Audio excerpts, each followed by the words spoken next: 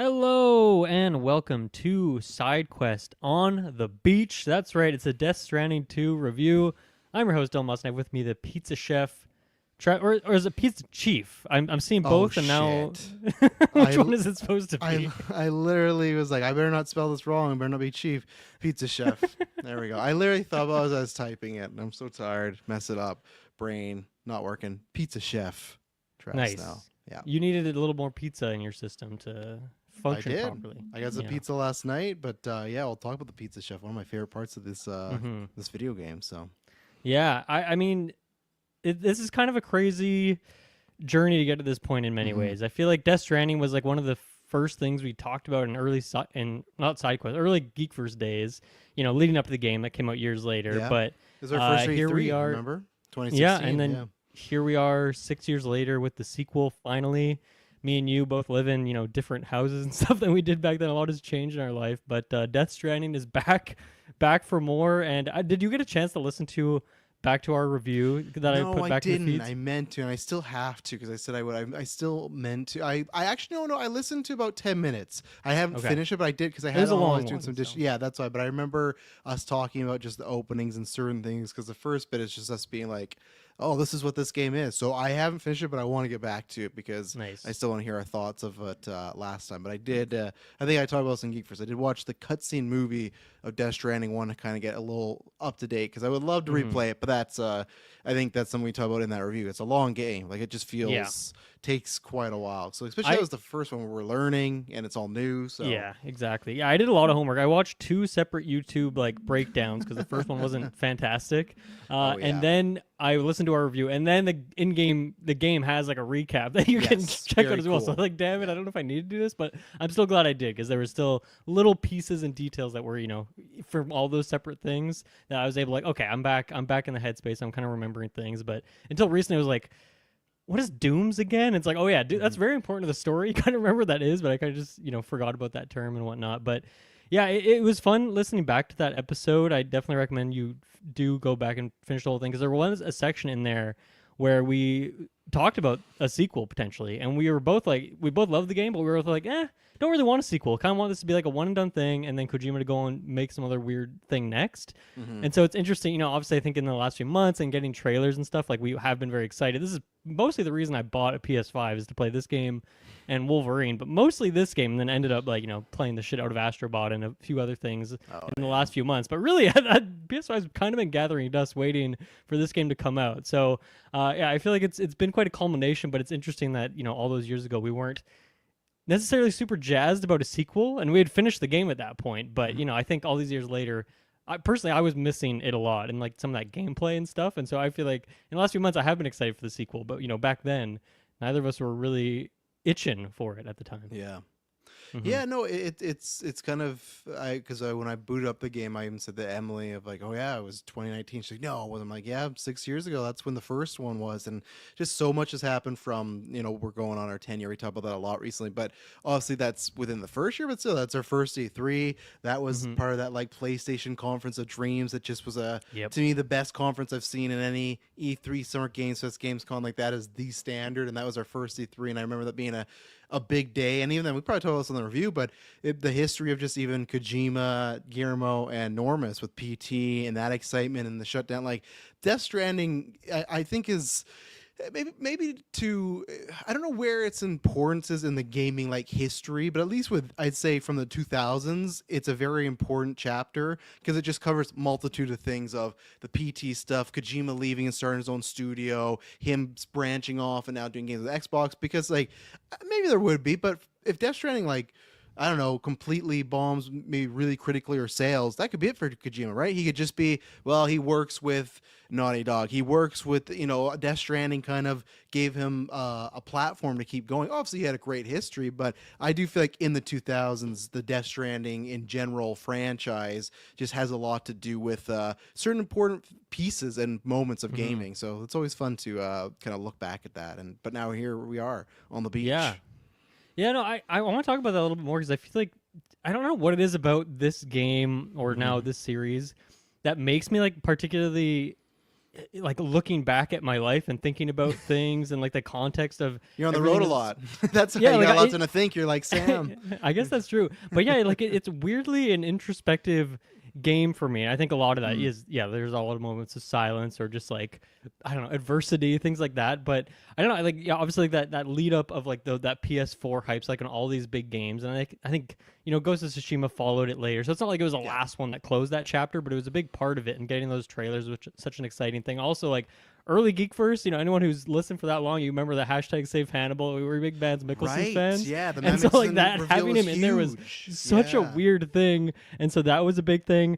And when I listened back to the review, I kind of forgot about this connection, but you know, it was such an important release for me in that year because earlier in 2019 is when I did my trip to Nepal and did like a multi-week long trek. And so like, you know, seeing porters in real life and then like going on these like several days, and it was super hard and difficult, and my body was destroyed, and walking through the mountains.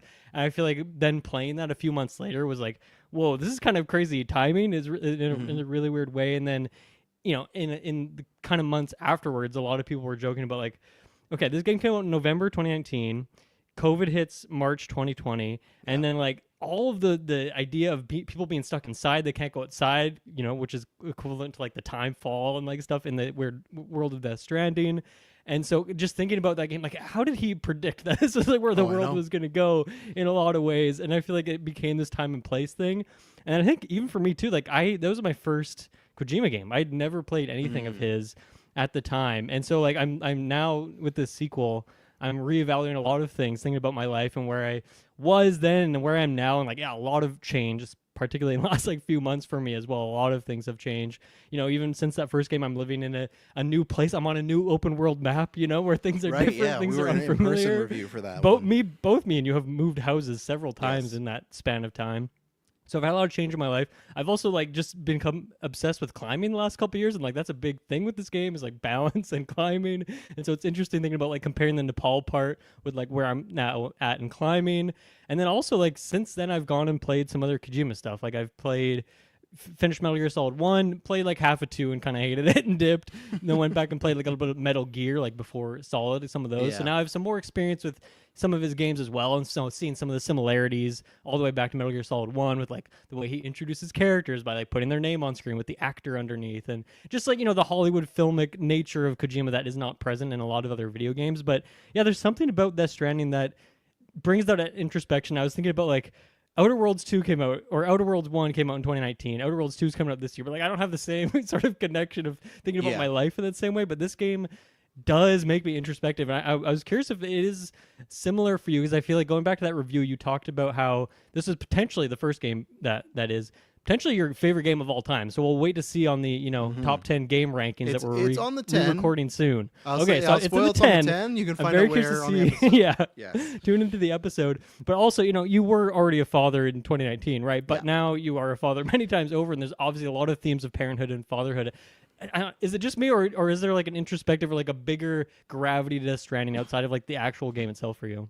I think it's just an introspective with, and probably if anyone's listening to this, if they have that, because we all have that with art. Like even last week when we did my retrospective with Shame, there's just certain things that come out a certain time, whether they're book, song, movie, where you remember exactly where you were when you heard it, saw it, whatever. Yep. And even then to that point, it's kind of funny. I had this realization when I'm, you know, taking care of the baby and whatnot. When that game first came out, she was born August, so September, October, so she was about 3 months, and the twins are 6 months, so they're a little older, but still, it's like these games always come out when I got like that situation where there's babies going, you got the bottle, so it was just that. You got to watch out if he announces a third game, you might be having more kids. No, there's no possible. Maybe you'll get a dog. Maybe you'll get another dog. Yeah, I'll get a puppy. Yeah, that'll be the third one. We've changed from babies to dogs because you don't see many. I think we talked about in the first review. There's not many like animals around. I can't even remember seeing a dog in this game, to be honest. I mean, like a lot more animals dog in this game than the first game, but I don't know if there are any dogs. That's other than the dog robot. Right, there is kind of some there is some more animals in this one. Yeah, but dogs might have kangaroos and such. Yeah, dogs might have bit it in the Death Stranding. But no, I agree. I think it's just with, and you brought the Mads thing, which I completely forgot. I think there's ties to our life and the podcast specifically. Even when we talk about 2019, that's the year that Endgame came out, and you know, Spreaker hit us up and said, "Oh, you want to be part of this?" And same thing. That was a part of that fall of us getting used to, okay, how do we, do this type of ad placement? How do we do this? So it's always tied to like massive changes. And even then, it's kind of funny. This is coming out we're on the way to the 10 years. So but it did give me that. It more gave me that when I sat down on the night to play it, and I did think about, because I had not thought about it being 2019. It felt a lot sooner than that, to be honest. And I think we've all said this a million times, that COVID messed up everyone's just kind of time span. Like even movie releases, not just because they just like changed it. Timefall, once again, the rain Yes. that affects time in a weird way. For COVID, I could tell you every single thing, movie, game, whatever, but that was just like a weird time. So just even flashbacks to that, I'm like, right, we've been through so much world-wise and life-wise. So no, it does. And I think it is just because that's what the game does as well too for many characters, right? There's lots of beats because it's dealing with like life, being, working your way through life, figuring it out, and then obviously a situation like COVID or just isolation or being alone, or there's multiple times in this game they're talking about like, oh, maybe it's best for you just to disconnect right now, right? And I think all of us, and and I think all the generations after us are going to struggle with that idea of, not like unconnecting to your phone, unconnecting and stuff. There's so many times where I just go, okay, I gotta put the phone down, put the laptop down, whatever. So yeah, it's just, I think that's just because, and then also ask lots of questions about death, of course, right? So a lot of immortality stuff. So no, I agree. It gives me those feelings as well. And I also will talk more about that in the score or the review and whatnot. But I think the music in this game highly helps with that, because I feel like the music has like a lot of, I don't know, it feels like if there's a heaven and you're going into it, so if the gates open, some of the music is playing from this game, because it's just like, it just makes you think about stuff. You're like, oh my goodness. So but yeah, I agree that it definitely makes you pause for a second. So yeah, so let's talk about this game a little bit now that we did our intro there. I guess first off, like spoiler wise, I've not beat the game yet, and so we're gonna hold back. We will get more spoilery as we get along, I suppose, but obviously I don't want to get spoiled either. I think I am about 25 hours in. I think I'm at chapter 8 is where I'm at. Travis, you have beaten the game, I believe, right? Beaten the game and then played about 4 additional hours. So I think I'm at 40, 50 hours. I think I'm just under 45. I think that's where I am. Okay. Yeah. What'd you think of this freaking game? Yeah, it's tough because it's I think there's kind of like multitude of angles, and obviously we're going to cover them all in depth. I still think it's a great game. I think probably what I said in the first Death Stranding review, Kojima is like, he's Kojima for a reason. He's going to give you a spectacle. He's going to, obviously games cost a lot of money. I don't regret a single penny of this, even if there's some stuff that might not work here or there. Whether it's set pieces, whether it is just the option, which we'll get into, of choice in this game, I think he did do a good job, which I didn't have a problem with. There were a lot of critiques of the first game. I think he was trying his best to make it a bit more accessible for people, and in that sense, they added a lot of stuff, to me, almost too much, but it's not a bad thing. It's not conscious. They added so many items, weapons, vehicle additions. There's like a little skill tree, which I don't remember from the first one having. I don't think it had. No, that I don't upgrade think it system. Quick question: did you play the director's cut version of the game? Yes, I did. Yes. Okay, so so I feel like there were some things added there that are now in this game. There was a bit of you wouldn't even call it like a 0.5 though. It was like just like maybe 10% more things in it overall. Like there was just a little bit more. I think so, but also there's a lot of stuff that not that I didn't do, but I just still did it my way. Like I feel like there's a way I play Death Stranding, and there's a way that I feel like people wanted to play Death Stranding, and I was never like, oh, I don't need that. I got 12 dozens of games that do that sort of thing. I like that it does this. So it does to me feel, it feels like the first game, but better than, in a sense of everything that was there before is still there. To your point that you always bring up, they do, this is like a Super Mario spoiler, they do the thing where you don't have the stuff from the first game, but that stuff you get very fast. There's stuff that I was like, man, I had to wait 25 hours, and mission 2, you got to try Cruiser. You're like, oh, okay. So I think they do their best of, hey, of course, for the story, we don't want you to have all your gear that you had before, but we're going to throw you as much as possible. But no, I think, like I said before, it's a spectacle. I think it's a grand scale of video gaming. This game is beautiful. I'm the guy that all the time says, like 3 or 4 years ago, if the graphics stopped there, I'd be fine with it. There's some close-ups on people. There's some environments that, man, it is just, it's getting ridiculous. It's like when we talk about AI, it's just like ridiculous of how good it looks. Animations are amazing. Top notch. top Yeah. notch. Load times crazy good too. Like lots of people Hmm. really load up, but just like there's no phone checking in this. There's no screens. There's no nothing. You don't get a chance to. I Unless you're on a mentioned monorail and you just have to wait for yes. literally 4 minutes, that's like, okay, I gotta get up, do some stretches. Yeah. Usually I'm playing this game on the exercise ball when I play in the living room, so that I'm doing a lot of rolling and bouncing and stuff like Yeah, that. I've been doing like some push-ups when I have to wait, and I just try to work out a little bit. Yeah. Oh, yeah. That's a good idea. Yeah. You're Yeah, like Sam, stretch my legs a little. yeah. So I think it has that thing where I don't know why this sequel got that praise, but it did. Everyone talks about Assassin's Creed 1 to 2, and I was there. Those are only the few Assassin's Creed games I played. Where Assassin's Creed 1's like there's like a bones of a great game here, but it's a very like all right, this is fine. But 2 was just like everything you loved, and then a massive step up. And then there's all these sequels that have done that before, where we always say like, okay, 1 is kind of it gets you on a base, but then the sequel you hope is kind of like a home run, where it's like oh every issue you had. So I think on a gameplay wise, they have done that. I think you and I talked about that, where there's aspects of the game that I do feel are easier, but I think it's a combo of me already knowing this. Like it honestly felt like riding a bike. I was like, oh, am I gonna worry about getting back in and the balancing and everything? No, it felt just Hmm. like it did. I had played it past 2019, but it felt like it was just yesterday. I was holding the grips and everything, and honestly, because of BTs and stuff, you know what happens there. So that was easier. And then, like I said, just the amount of stuff you get, I feel like that's what's made it easier. So I still think there's aspects of the first game in that portion I enjoy more. So gameplay wise, it's just still the great fun loop that it was when it started, just maybe even better, some new environments, some new things and there's half the stuff that I haven't even used because it's just like not the play style that I choose, but I will try it eventually just because I'm still gonna Hmm. I want to pretty much 100% this game and get everything done. So yeah, I think this game delivers on all fronts. It's a great follow-up on the gameplay. Story-wise, I'm pretty happy with it, except I think they do take some big swings. And I'm not going to talk, I can talk in generalizations later. Some big swings I think hit, and this is almost what we were talking about introspection. There's moments where I just feel emotional because it's just how they pose the scene or the characters, the combination of the music, the background, the setting. Like, there's some beautiful stuff. I think this might be Kojima at his best as far as hitting the emotional beats. Then there's the classic Kojima-isms that are great, and then there's some that I did not enjoy, especially near the back half. There's some weird stuff that just kind of took me out of it. And then I'll say there's some big swings that to me really didn't work. So to answer that question a long time ago, if it needed a sequel, I'm still kind of torn on that because I love the game and I think I'm fine with it just being like a massive DLC. But there is stuff in the story where I still go, I don't know. But then there's stuff that I absolutely love. So I think unlike the first game, which that was just like a 10 out of 10 perfect story for me, I did have kind of two big issues that fall into some type of do we need to go down this route? And also, your favorite, Incredibles 2, where, we're doing something very similar again, but it's just a little bit different.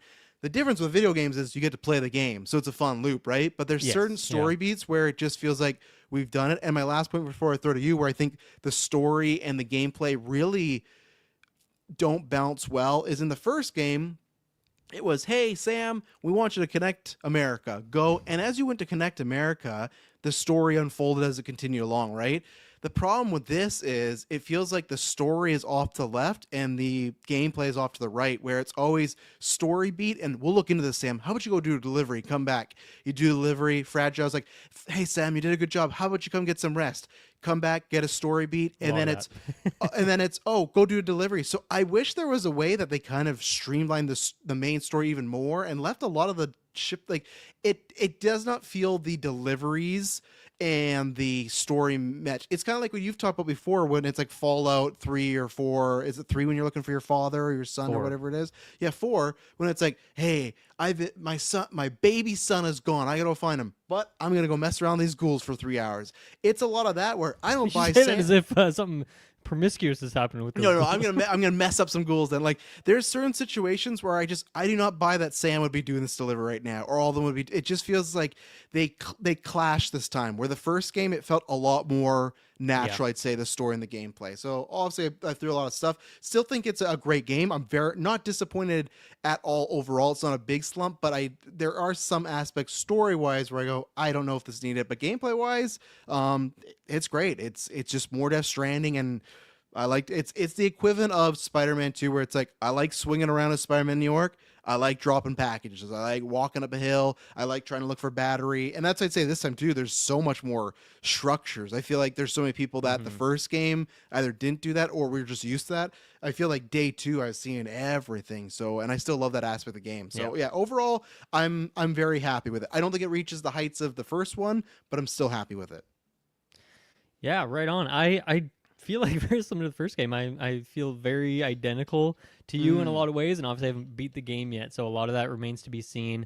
Yeah, I think I can be quick on the story just because I haven't beat it yet. To me, so far, it feels like I'm playing a game of Avalon or Mafia, and I'm just like a loyal servant, and I have no information whatsoever. You know, so I do continues feel like, that way. Like Sam is really just okay. like there's a minor spoiler. There's a moment where just 3 characters are just doing something fun, and Sam walks away. Oh, what you doing? And they all give some 3 things. He's like, cool, and then he walks away. That's the cutscene where Sam is like the least important character, and I don't understand. And the first game, I thought that worked better because it's kind of like he's like a reluctant hero, right? I'm just doing my job. But we grew so much with Sam, and he has like a child now, and he has these connections, but he still just feels like just a closed book. So you're right 100% where it just feels like it's just a loyal servant. And yeah, there's like one character in particular we can talk about more in the spoiler section of, man, I feel like this character should be giving me a fuck ton more info, and I understand it's a video game and you gotta dole that stuff out, but I don't, it kind of breaks the, one's like a connection from the first game. It doesn't really make as much sense, and I just feel like, what are we doing here? And like, I have questioned Sam's motivations a lot of the time for just going along with things, even though he kind of got like, duped in some ways in the first game for just going along with things and not questioning too much. So yeah. I don't know. There's some stuff there that I'm not sure about, but I also just feel like until I get to that last chunk and things start to click together and like it tells me who this character is and what their relation is to the other character, then it's hard for me to really feel one way or the other about it. But I think you worded it really well there of just like the maybe disconnect between the story and like the gameplay element of it, and I think part of that is tied to like the DHV Magellan, the name, like the ship that you and your crew are part of, and it kind of follows you around, but it's always like a bit janky of like, oh, we can't fly there right now because there's a bit of tar in the way, so can you go there first? Yeah. And they're like, oh, actually, we can't move right now because like our thing is like jammed, so can you go do this, and then like we'll meet up with you later. And it always feels a bit goofy, and then it also takes away a bit of like the stakes of, oh yeah, part of this game is that it's hard as heck to move anything around this world, and now you can just like fast travel at any point with literally a complete inventory and complete private locker full of stuff, and you get like a worse score for delivering things if you do it that way. But then it kind of just goes against the core principle of what the gameplay of it is. Yeah, I didn't do that. I always want those S's. So I think I fast traveled once in this game when it was like go accept a mission, and I was literally on the other side. I was like, I'm not making that trek. I'm so weighted down. I don't have enough time. But I only fast traveled once. I don't like doing it. Not but here. So. It's unclear to me too. And this is getting more in the weeds. But like, if you fast travel a bunch of stuff like right to the outpost, like kind of next to the one you have to deliver it to, and then you take it by foot, like do you still get the full grade, or is that like, are you getting a slightly degraded grade because like half the map you skipped over by flying? Like I think no matter what, if you travel with anything in your carrier, that automatically gets stocked. Okay. Yeah, so that I made sure sense. to drop as much as I could because I felt like when I did that, there's some A's and B's. Where when I'm on the road, this I feel like the first game I was very iffy. This game I'm very consistently like getting S's. I'm driving carefully. I know what routes to take. I know water. What can I do? What can I not? So, but yeah, I think you're all docked like a little percentage each time. Good to know. Yeah, and then to what you said too of the game's difficulty. This is, I think, maybe my biggest critique on the gameplay side of things. So, this game, similar to the first game, has like 2 open world sections. One like smaller one that's kind of more tutorial-y zone. And this game kind of reminding you of the mechanics, or if you're a first-time player, obviously teaching you those things. And then, a bigger open world section. And maybe there's a third one. I don't know. I'm not that far. If there is, I'd be surprised because the map's already freaking huge. But, I messaged you, as you know, in the first, like, maybe 2 or 3 hours in, which is, it's pretty early, but, this game doesn't really have much cutscenes in the beginning like the first game does. The first game's, like, way loaded with tons of cutscenes before you really even play the game. This one, that is not the case. You get into it very quickly. And I messaged you very early on. I said, hey, how are you feeling about the difficulty of this? Like, I'm thinking of bumping the difficulty up, but is it just because I'm in the tutorial area? What's going on here? And after that, I did turn it up to brutal. It's, like, normal and then brutal. There isn't, like, one in between that, so brutal's the highest difficulty. And it has still been a breeze the entire time. There was one boss fight where I turned it down because sometimes you're moving around so sluggishly, and it's like, hey, this is just not that engaging. That's just Yeah. like a huge health bar. But yeah, like I think that's maybe my biggest. That turns into my biggest critique is like I feel like the first game I was so on edge all the time. It's such a tense game, whether you're in a BT field or like I never really felt like I learned the mules in like a good way. Like I didn't do enough combat to fully figure out all their mechanics. So I was always scared as hell. And if you ever got close to them in the first game, it would like ping, do that giant like radius ping, which is not in this game. So now you can like sneak up a lot easier, which is it's fun, but also like I just feel like I've never really been challenged by they're not, I guess some of them are called mules, and then there's like other names for them. But like the NPC fighter guys on the map, BTs and stuff. Like okay, maybe they're a little bit stronger, but I still haven't felt like I've really been screwed over. At no point have I've fallen over once in this game. Like I've never only tripped once, which is crazy. I think part of this is what you mentioned, like vehicles, you get them a lot earlier, and I also think they got like a huge buff in terms of like their ability to just climb hills and like go through terrain and like too. jump, and then also like there's ramps, there's like jumps, and there's like other things that make the vehicles a lot better. So I don't know, I just feel like the game is way too easy, and that's like playing on the hardest difficulty, which is not what I do often in games, but I just wanted like a little bit of pushback and wanted some of that tension. But for the most part, it's been a pretty easy breezy experience, and now I'm in like the big snowy mountain section of the game, and that's getting a little bit harder, where my stamina's effed and like I can't climb as well, and like some of my things aren't working and stuff. And now the vehicles like can't just go straight up the hill, so that's getting a bit harder. But it's like, man, it took 25 hours to get to a point where I actually have to like engage with the mechanics in a deeper way. I also feel like this game is doing a lot more combat than the first one. Now, of course, in the first game you could fight mules all the time, but I was so scared of them, I never really did. But I think that was a thing in the director's cut, right? There was like added like combat. Yeah, and that's why I didn't like it as maps. much. Which I feel like this. I guess I didn't say my opening too. This definitely, because I've seen people say this in a positive way, and that's where it all comes down. What game you want? Of like, this is the most Metal Gear Kojima's been in years. It's like, well, I didn't really want that with Death Stranding. Like to me, what enough in Death Stranding was like, oh, that's a nice little like wink and nod to like, hey, here's some stealth action stuff you can do. But this definitely felt like, oh, for you Metal Gear fans that don't like this first one, you're gonna like this one, which is weird because the rumors he's making like a spy. Like, remember that what's like Sync or Sync or whatever it is, right? That new one with PlayStation where it's like Fizzant. Yes. Oh, Fizzant, yeah, it's Sync. I don't know where I came that, but that's the pretty much all we've heard from that. Not much, but it has been like, oh, he's doing his. It's Metal the same Gear. tagline as Metal Gear, yeah. Yeah, so that's where like people just wait a couple, wait 5 more years. You're gonna get your Metal Gear, but I felt like he kind of. I won't say caved because maybe that was always the plan, but it just kind of felt like that because I remember with Death Stranding, a lot of people were like, "Well, this isn't Metal Gear." It's like, yeah, I didn't ever think it was gonna be Metal Gear, in my opinion, but this one has definitely a lot of.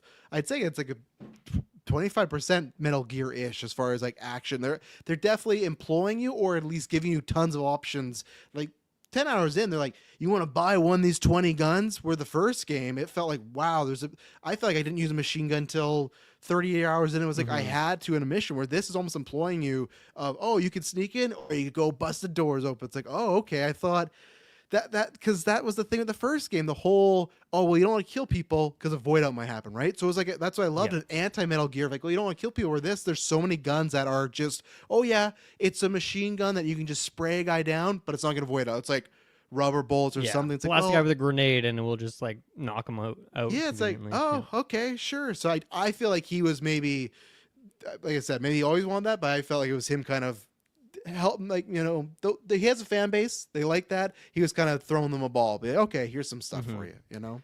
Yeah. So I'm curious what the difficulty even changes in this game at all, because if it.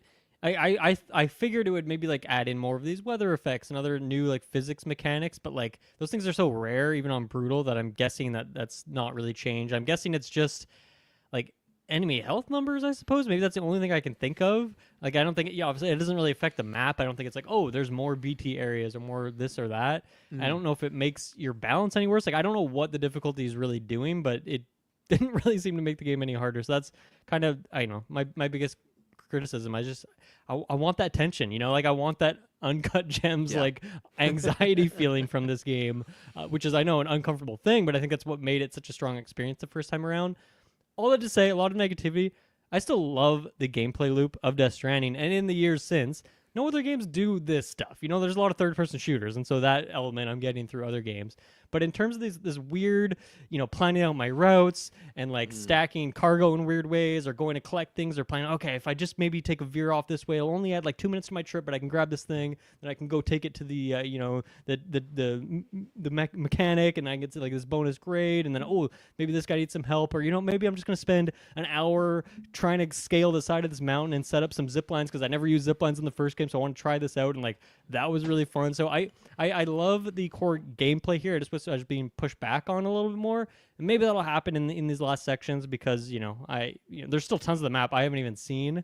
I think there's a little harder, but not like Okay, I don't that's think good. the leaps and bounds are on. But I definitely felt, especially I mean, the in some of mountain the is already a lot harder than anything I've faced thus far, so that's Yeah. a good addition there. So I just hope that kind of continues to be the case, and I'm sure a lot of the bonus content and bonus side quests and things like that will be extremely, much more challenging and stuff like that. But overall, I still love making my deliveries. I still love building out my highways. I still get satisfaction when I see that people have been using this random ladder I put in a weird spot. Yeah. The amount of like the shot of dopamine I got when I saw one of Travis's bridges out in the world, like, crossing a Crazy. river in the middle of nowhere. So Cult of Jokers, hell yeah, that's so great. And he had a ton of likes. I'm like, that's my boy. Look at this guy. Oh crushed it yeah, over that and a generator. There was a generator I dropped early on. It was like one of the first bases. There's no generator in sight. I'm like, I'm dropping one right now because I'm a big.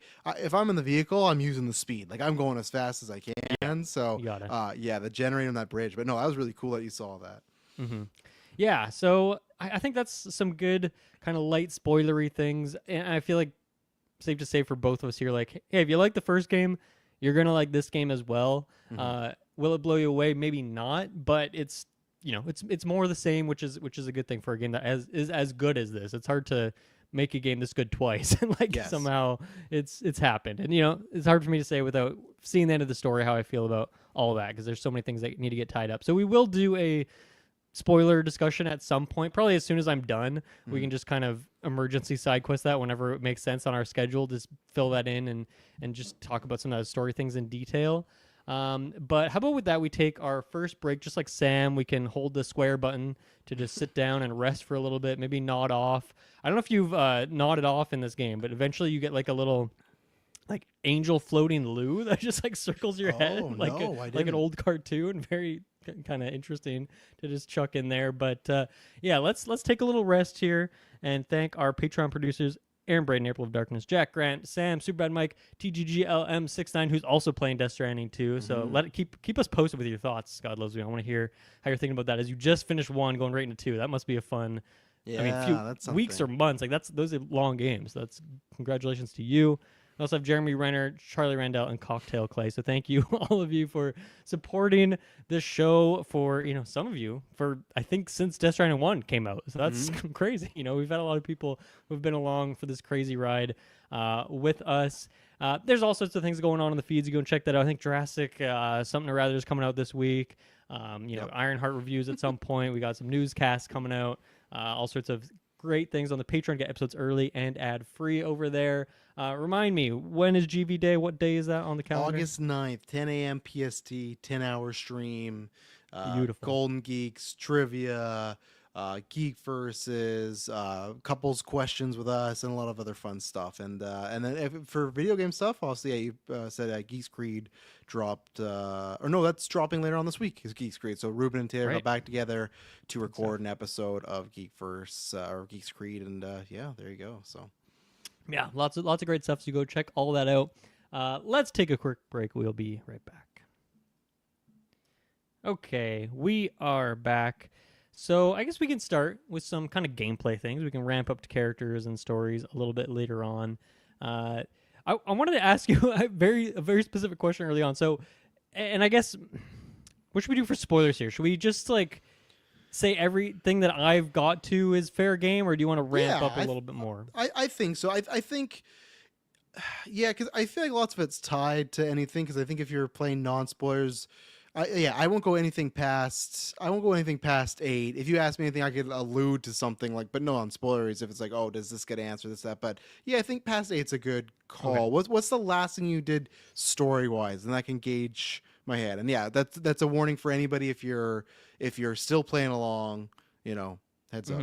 Yeah, like I said, I I believe it's chapter 8 that I'm on. I forget the name of it because the chapter names in this game are wild. Like one of them is called The deluge. conflagration. So I think I'm on deluge. So Okay. what I've just done most recently is like just in the last few hours is when I finally, well, I guess I could have gone to the Snowy Mountain whenever I wanted, but I finally had quest taking me up there to like the microbiologist, I think, and then I did like a quest or two after that. So I went down to like the ghost, what's his name? The ghost, fuck, The ghost hunter.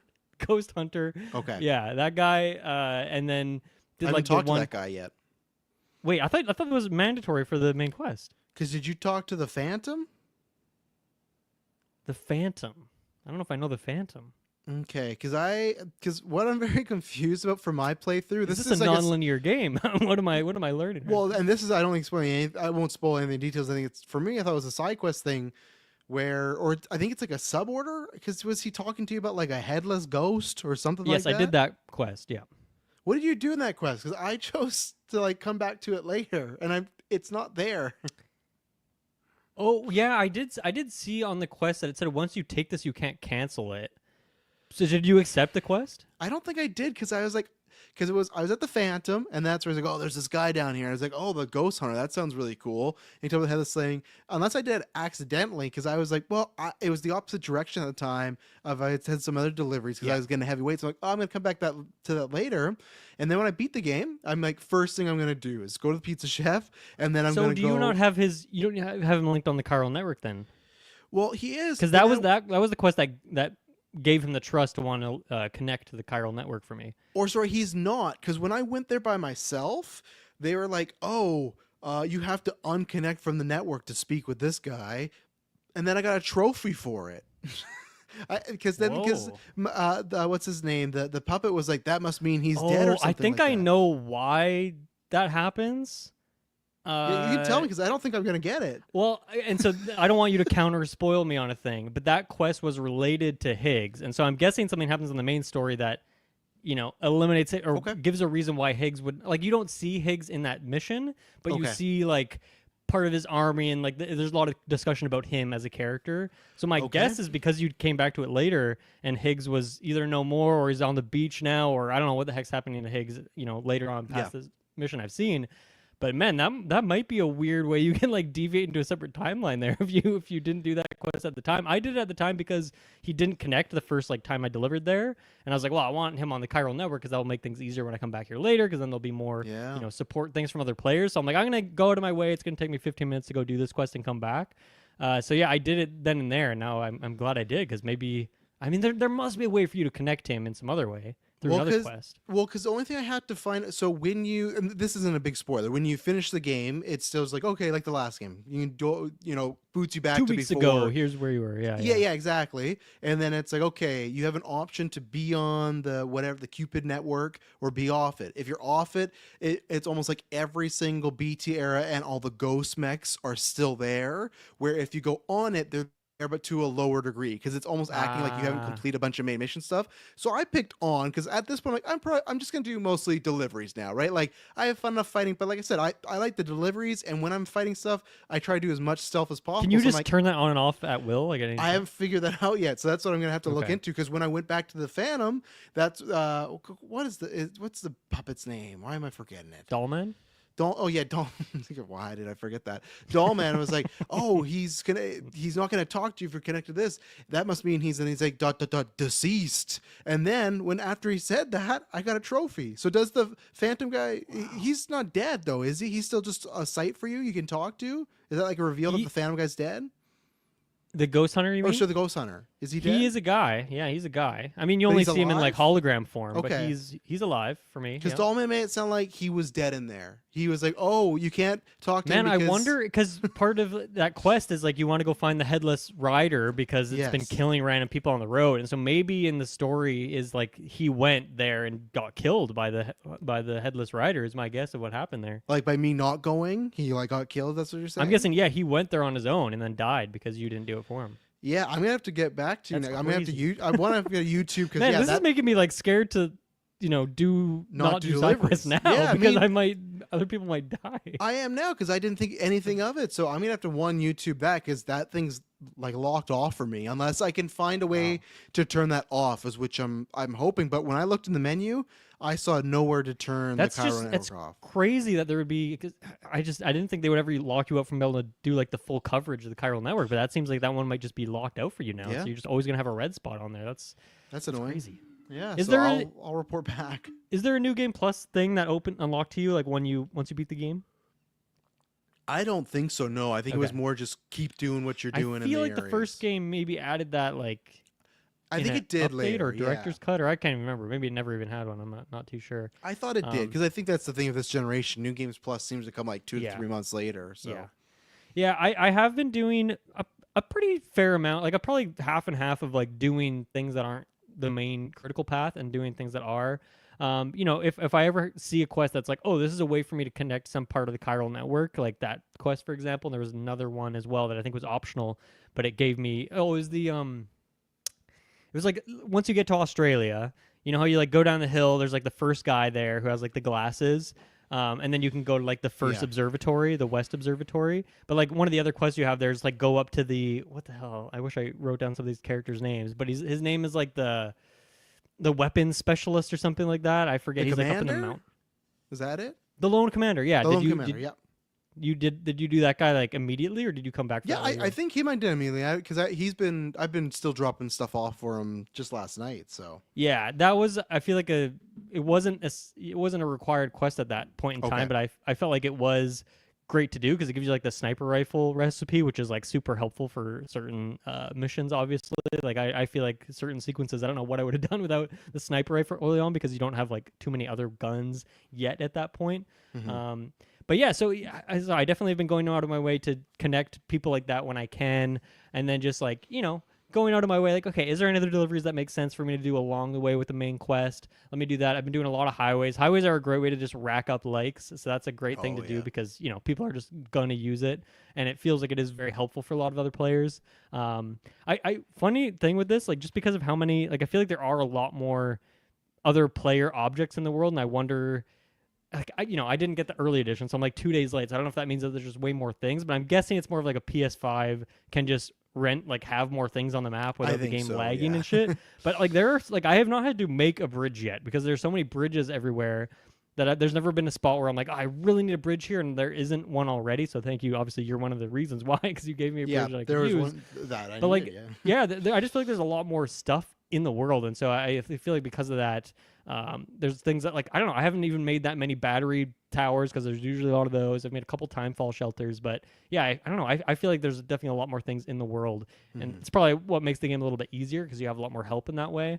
But yeah, it's been fun for me to kind of do side things along with like main quest stuff. But I wanted to ask you about the how you tackled the so once you first couple quests in Australia, you go to the West Research Center, Fort West Knot, whatever the heck the names of these cities are, Oh and you yeah, have to like go up F1, to that F2, first. Yeah, you have to go through that first like mule camp and like recover stuff and like bring it up to the musician. I think is the quest. yeah. Mhm. How did you tackle that mission? Did you do it stealthy? Did you do it loud? I'm curious if you had like an interesting way that you tackled that mission if you can remember it. I think luckily I've done all stuff until I'd say the third, because obviously it's not like a movie where it's in third acts, but I'd say the third portion of the game, that's when I started to do more, okay, I'm just gonna X, Y, and Z, pull out a gun, pull right up, do all this. I think I first started that when there was a mission where I had to save somebody, they were kidnapped, and I had to save them, and I was like, if I stealth this, and it was getting more near the back half where I just wanted to get through the story, and that wasn't because old GVA used to do that where I just want to beat the game, the main story, because then the reviews come up. I didn't have that this time. I just had that because I just kind of want to know the story, like I'm Yeah. locked in the story. So it was there. And It's knowing that not the first game, yeah, gave you the opportunity to come back and do all that stuff afterwards in a Wow. convenient way, right? not I everything mean, now. I don't know now. Yeah, now I know, I'm but one could assume based Yeah, on the first exactly, game, yeah. that's how it was going to Which again too makes sense because many games do that, right? Sometimes like, hey, if you progress, this mission's dead, so that might be that. So we'll find out. But Sure. no, I think most of the time I always had the bola gun was my break Okay. glass. That's always what I would do. Is most time I was just the strand. I'd walk up rope, wait a little bit, put the bowling in, because most of the time, as long as you could get them before they really made a scuffle, you could stop that. And if you did the If you don't headshot, headshot them, like, are you gonna get notified? Like, are they gonna scream no, out? I And okay, I because didn't I've been get scared to use notified. the bullet gun a little bit. Like, I'm Yeah. fearful if I don't snipe someone in the head that I'm just gonna totally blow my cover. Now, granted, though, usually I'll do the bullet gun, and then it's gonna be like 2 to 3 seconds, and I'm over there peppering them with rights Okay, and lefts. So that's the sure. thing where I'm knocking them out really quick. So maybe if you did do that and leave it for a little bit, they would be like, "Hey, something's going on." But most of the time, Yeah. no. And I was always like, I can't every time, but I was aiming for the headshot because obviously to knock them out. But it's just a satisfying animation. I love the Okay. and then they hit on the, like I love that Nice. animation of headshot with the bullet gun. So no, I'll it use was that a just bit more. it was just that, the strand, and I felt like there's one oh there was like a taser gun they gave you at some point. I'm not sure if you have it The or you might pistol get it one? later. Is that the one? Yeah, which I Yeah. used a little bit. The one you have to charge up, like a Yeah, plasma that's why pistol I and Halo. stopped Yeah. using it because that was too The first time I risky. used it, I did not realize it was a charge gun, and that was in one of those like uh underworld sequences where you're fighting Neil Vana or whatever that guy's name is. And so I was like, why is this gun not working? There's like skeletons everywhere. And then I was like, oh, I have to charge this thing for like longer than you would think Yes. you have to. A lot of the things, like especially there's a weapon you get near the end of the game, it's like great weapon, but the charge time is Okay, yeah. it puts you at risk. So which I appreciate because that at least makes that a little more harder, right? Because if you could just pop it off. So no, most times stealth because that's how I did with the first game, and from the first mission they kind of allude that you could go in there guns blazing if you got the right tools. But no, I just think it fits with Sam. Like I know they set up like oh he's that armory experience, but just my Sam is. He could kick ass, but only when he needs to. Like that's the last resort. So yeah, mostly just the rope and the bullet Yeah. gun. That's what I was doing. So Nice. Yeah. Yeah, that mission was, I mean, that was like for me the first really big encounter with the mule. I guess it was my first encounter with the mules. Well, there's that really small camp, like really close to that starting area there, and then there's obviously one or two in Mexico. But that was the first like bigger camp one, and so I still had that Death Stranding one like fear of the mules and just like I don't know. At this point I still assumed that they were gonna get pinged as soon as I walked like in their radius, which Yeah. doesn't happen anymore because I always fucked that timing up in Death Stranding one. That's probably why I didn't like mess with the mules a whole lot. But what I did for that mission was to the west of it, or like to I guess to the left if you're coming from that quest area. There's like huge like set of outcrops and like rocks and mountain, like a little mini mountain on the left side. I spent like 10-15 minutes like setting up like 4 or 5 separate ladders to be able to get to the very top of this mountain. And it's funny, like I've looked back there and I put a couple signs on like the ladders. No one has given me a single like on those. Like no one else had this no idea one took I that did. path you did. No, but I went way up on top of this mountain, brought like 4 or 5 sniper rifles, and I'm like, I'm gonna snipe out this entire base. And man, it was like because most of the people are like 200 to 300 or 400 meters away, and so Yeah. like the calculation of the drop off if they're doing the sniper rifle, especially from that height, Yeah. They do warn was you. so- Though. Like you got to go a couple. yeah, it was really difficult, but it was fun to figure that out. And like the risk was so low because I was so high up, there was no way. And when, like a couple times they did shoot their little like electric trap things at me, but like it's not like they were gonna follow up some big gun kill or anything like that. So that was going well. I was taking people out. It was taking a long time because the shots were really hard to hit, but I was taking them out.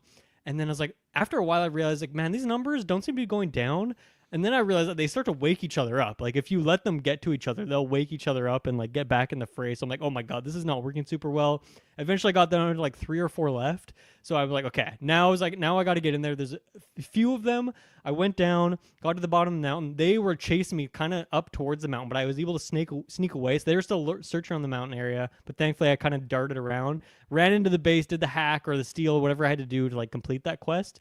And then I just booked it for the hills with the musician. And thankfully I was far enough away from them that by the time they got back to the base, I was like long gone at that point. But they had woken up like 4 or 5 more of them at that point. I was getting really freaked out. And I think I saw a tooltip later that was like, if you don't finish off a camp, they will get stronger for the next time you come back. And if you do finish them off, they'll get weaker for the next time you come back. So I'm like, now when I go back, that's going to be even harder.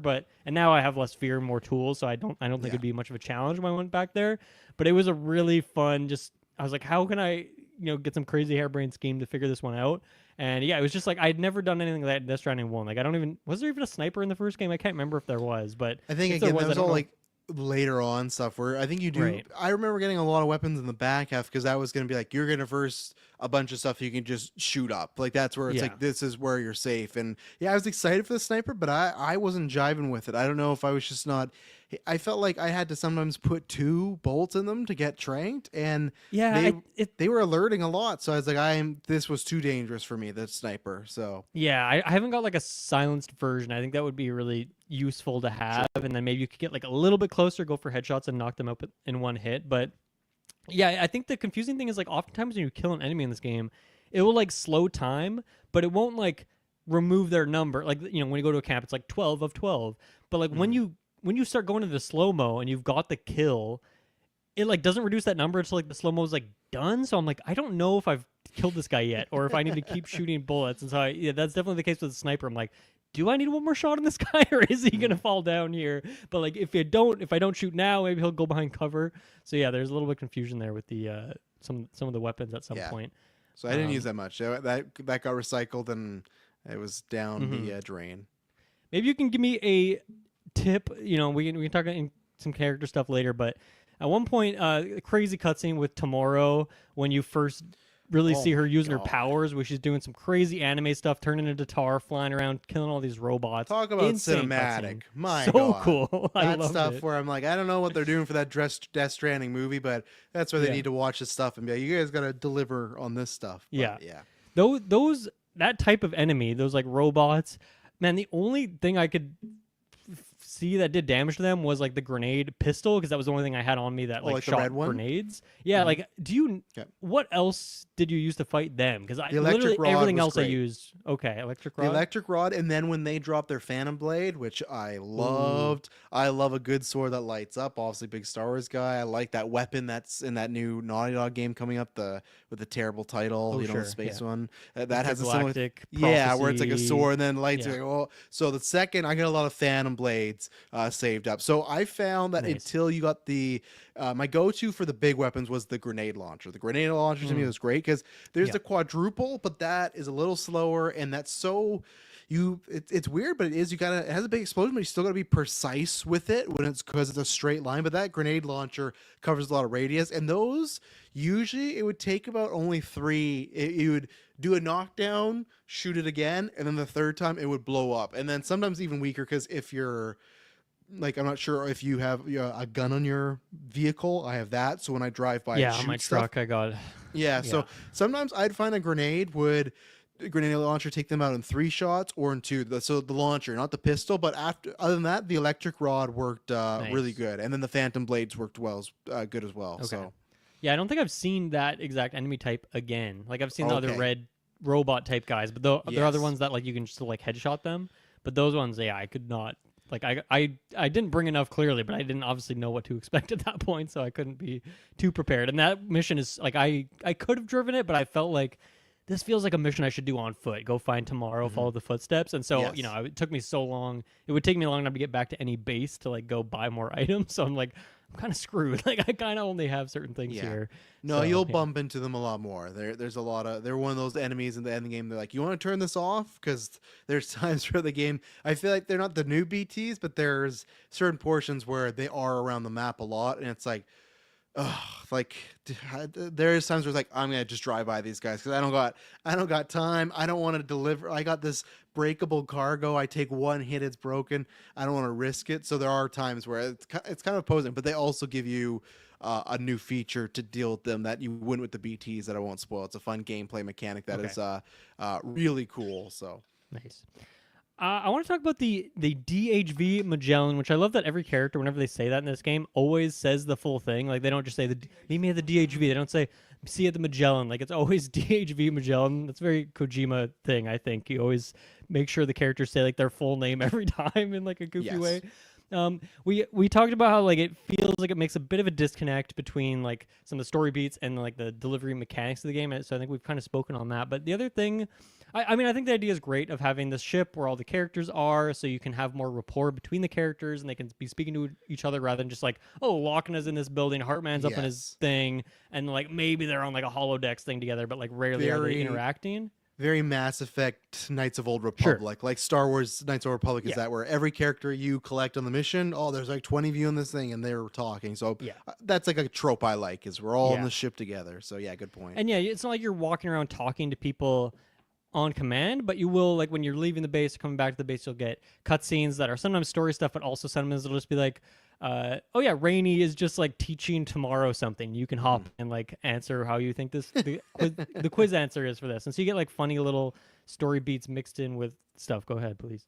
I was gonna ask because that's one thing I where I could. So one time on the second time I did that with Rainy, I accidentally hit the wrong direction. It doesn't just say, "Oh no, it's this." It makes you start all over. You gotta like wake up and walk over and then do the cutscene. Goofy. And I then wondered the the first one I answered, like the platypus egg one. I'm like, I don't know if this is right, and Okay. I thought the game was just telling me I was right no matter what I said. No, you get one wrong. And then yeah, okay, that's good. Well, and then I was gonna say the other thing is, did you do when this like I guess we're in like minor spoilers or some spoilers, but when Fragile offered you the first mission, did you say no to it? I said yes because I felt Okay. like, okay, it's just gonna make me say yes eventually, and like I do It want to do does, this. yeah. I don't think it makes sense for Sam's character, but I do want to do this, so I just said yes. But yeah, is there something funny that happens if you say no? So it is funny because I said no because in my point of view, I kind of get what she was saying, but I was like, "This is a risk to go out there," and I'm not gonna say Yeah. I was wrong. But so he says no, and then Fragile just kind of leaves and whatnot, and then it stops, and it's the whole scene again where it's raindrops on the head, and he's cooking everything, and it's that picture board, but there's a picture of you talking with Fragile in that scene, and it zooms in on that picture, and it opens the frame up, and then it asks you that again, and Oh I my said no God. a second time, and then what happens is it's the same thing, starts the scene over, picture board, it starts to go that picture of you and Fragile, but then it goes to the right, and it just looks at a picture of like you and BB doing something, and the game's like, wrong one, and then it goes, and then into the, and then you can't say no again. So just like Wow. weird like fourth wall breaky stuff, but just like Yeah. Kojina-isms were like, let's just put this in here because I was like, that's why I said no because I'm like, what happens if I say no here? But it is just like a fun way to get you back there. But they'll make you watch those cutscenes Yeah. over and over. So Okay, interesting you mentioned that. Now that begs a question that I've had for you about Charlie. So Charlie is a character that I'm excited to learn more about. But one of the first things you get with Charlie is like one of the leaders of this new crew, drawbridge, whatever. But you never see the character, and he's like, to make myself appear more friendly, I'm gonna take the voice of one of your previous companions. You get 4 options. You get Lochner, Malignant, just Margaret Qualley's character. You get Heartman. You have Die Hard Man, and then Dead Man, I think is Yep. the fourth one. Now for me, I picked Lochner Malignant first. Qualley me too. Yeah. said Right no, not away. allowed to do that. Then I picked Dead Man. It said he just died. Like it's a little too soon. Maybe you shouldn't Same do thing. that. Yeah. Then I picked Heartman. It's like he's actually in this game, so you can't pick Heartman. And then it forced me to pick Die Hardman at that point. But so did you picked not Heartman at the third option? Then you went for Die Hardman. I did Die Hardman in the third one because I liked him a little more, and I found it very odd the setup of the game of, hey, everything you did, joining that connection thing. Well, that's I can't remember what it was. Not Apex. It was Bridges. Bridges is shut down, and it's a new thing. It's like okay, and that's yeah. You know what, Die Hardman? Your mom made him president. He's not president anymore. There was a lot of that stuff. It's like what I've said before in movies that I hate is when. In like this, it happens all the time in comedies when the main character finds like the love of his life and then they are together. But in the sequel, because that's not fun, they got to break them up. But then they get back together at the end of it. That's what this felt like. Well, Die Hardman, Bridges, all this stuff, everything you kind of did, it all disappeared in 11 months. It went away. So I liked because to me, I was like, why is Die Hardman not in this game? Like he was a very massive character, and then obviously they had him as Charlie. But now, yeah, with you saying that, I kind of thought after that it was you had to play as him because I was surprised when we did the credits because we had talked about like we got Elle Fanning, but other than that, not too many big names. When the opening credits said Margot Qualley, I was like, oh, she's back because I didn't think that was a known thing. So I thought, okay, same thing. I thought she's gonna be more like a minor role because she's a lot more busy now. But I was like, oh, this would make sense if it's just her doing just almost line dialogue, right? But yeah, I was saying I went for it right away, and oh no, that could be confusing. It's like that doesn't make much sense. So yeah, you had to play as Die Hardman. Yeah, I wondered if it was a narrative thing, so that the game gives you whatever your last selection was, and it was going to make that always your whoever your least favorite pick was is like the guaranteed one. But I guess I just got unlucky, and Die Hardman was the one I was least curious about. So You can Especially, choose. hang on before you continue though, Yeah. when they're like, me as Charlie, I know it's a little intimidating. So pick someone that's a better voice for you. So it's just kind of funny for you. It's like, oh, those three people. No, that's not a good choice. You Yeah. gotta do this one. So it's kind of at that point they should have just been like, this is you. I knew Die Hardman. I'll give you this voice. It was a weird Hmm. setup of pick someone you're comfortable with. Oh, but you can't have. You're gonna go with the least comfortable person. Yeah. So So you can just answer no comment to this, but like, just based on what you were saying there, like, I guess is there never really more with Die Hardman in this game? Like, do they ever dig into that, or like, this is maybe a they bigger dig into question, but past events. More. okay, I'll say. Just this is not a big spoiler. Just in general of stuff with bridges and everything. With even like with the no, president, I'm guessing, like, yes, hopefully gets more. Okay, okay, yeah, cool. yeah. So all that's because that's when the game started. That whole thing of everything's torn down for me was a big con. It almost made me feel like everything I did in Death Stranding was pointless. I don't feel that way so much. I do think there's some stuff that I kind of maybe he didn't want the scenes to be as long. I think we could have used more context. So I think you get some answers and there's more explanations. So I was happy with the answers, even though I would have liked them a little more in depth because it feels like that Yeah, was the whole game was leading up to like when Die Hardman becomes president. That's a big deal. His speech at the end when he's like crying with Sam and he's, don't forget the reveals that he hit like Die Hardman and Sam's dad were really close, and he yeah, almost killed him. So it was weird for that character, but they do explain certain things about the time in those 11 yeah. months, I'll say. Yeah, I think I agree with you to an extent where it does feel like a lot of the characters kind of get. I mean, some of them die, some get brushed under the rug. Obviously, Mhm. Deadman is gone now, so like it makes sense that some of those the old guard, so to speak, aren't really around anymore in a relevant way. But I do feel like at least story wise, they set up that like okay, because you set up the network and like the tech is far enough now, like porters just aren't needed there anymore because like the little janky little delivery bots are the ones who can do all that Yes. work, and there's no requirement like there's no reason to have a human risk in there, which is funny when I think back in DS1 and how useless those things were. And whenever I sent them on a delivery for me, they would always get like a C grade. Yeah, They would always that. fuck I it never up. used a Like single they would, one this they would time. fall Yeah. over. Which is So kind of that's a good allegory for yeah, like today, right? When you talk about true. AI versus people, and but even like to the little degree of me playing the whole game when they do this like. Well, to connect Australia, Fragile has her own thing, and she's working with the president. There's this and that. I feel like this is something where Kojima does it all the time. I think you just could cut that and be like, hey, Bridges is expanding in Australia. Nothing I played in the story going forward made it feel like you had to have like Fragile, the own group. Could just said, hey, Fragile's leading an expedition. She's with Bridges now. Go to Australia. But there's just Yeah, so much expedition of, well, the government fell and now there's not a president, there's a call. It's just like just say, hey, Die Hardman, he's sending you Australia. Go yeah, help out. It felt like a lot of just kind of what you refer to as death stranding word salad of you need some reason for Sam to get to Australia, which like yeah, obviously the thing we haven't talked about, but the big thing that happens at the beginning, I did not still buy that he would go to Australia. When Fragile was just like, yeah, you need to get out. You should come help me. And Sam's like, all right. It had only been a month since this traumatic event. I did not buy that hmm, Sam is literally trying to kill himself almost every day. And he's like, yeah, sure. They didn't give him, there was no story reason to me for Sam to actively go out there and be like, I'm going to try and help out Australia. It just, at least for a month. So I needed more backstory. I wish they did something like he was helping someone out or Fragile was in a tough situation. But even then, to my point, we'll get more into it. I had problems with Fragile too at the beginning because I didn't feel like she was that like yeah. apologetic. She was, but I felt like this is a big deal. It happened, and she was kind of like, yeah, I just want to be here for you. It's like it's kind of a little your fault, but again, Yeah. some things work out better. So No, I mean, I think that's I don't know if it's criticism or if it's just good storytelling, but like I am kind of pissed at Fragile, and I've like soured on her a little bit just because of how I feel like yeah, she didn't seem to really be that affected by it or like, trying to console Sam or trying to help out much. And I feel like that whole thing was her fault. Like I don't think, the crew that like hunted her down would have known about his location were it not for her to go there. I don't think that's been revealed to me at the story here. And then obviously, you can only blame her so much for like fucking up in that encounter when the bad guys yes, did come to his house.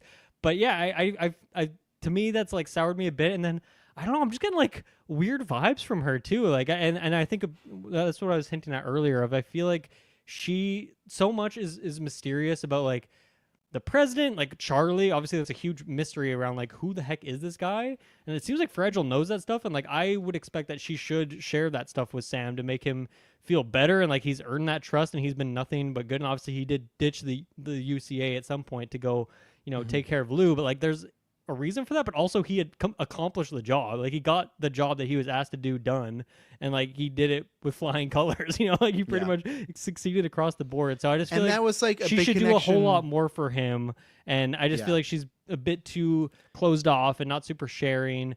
And I don't know. Part of me has wondered if, and once again, don't comment on this, but like I don't know if she's like an imposter or something. Like it just feels like she feels very different than the character that I've known, but also, she's smoking a lot in this. Like maybe she's just also in a bad place mentally, and that's where she's just not able to be a good support system. But I also want to know how she got into like such a high point of power within this company. Like I don't know, I have so many questions about her, and I just feel like she should be telling me those things as like this journey we've gone on together. With the smoking, that's in there because Kojima said in between the games he saw her smoking in a movie and thought she just looked so beautiful, so he added the game. That's legitimately the reason Fucking she's smoking. Kojima, man. Yeah, I love. He's such like a gooner sometimes. Like, I mean, man, he also had that fucking statement that was like, "Oh yeah, early impressions of this game were too good, so I made the game worse so that people would feel more like on separate ends," which is like, yeah. Fuck you, man. Like some of the stuff he says is crazy, but Ryan Johnson gets he makes crazy art, and that's what we love him for, right? Yeah, Ryan Johnson, who does like Knives Out and Last Jedi, he gets similar comparisons of like lots of people think he did a lot of those things on Last Jedi. Just be like, I'm just gonna mess, because there's a whole character speech in Knives Out too about a character wanting to on purpose fuck with things people love, and then when that movie came out, I was like, did he do that to Last Jedi, or is he just retroactive being like, yeah, that's what I did? Like, you never know with these guys, right? But I'll say, with no reveals whatsoever, I'll say where you are, I felt the same way. By the end of the game, I was happy with most of the answers and reveals, I'll say. I still think there's stuff like how Sam is helping Australia.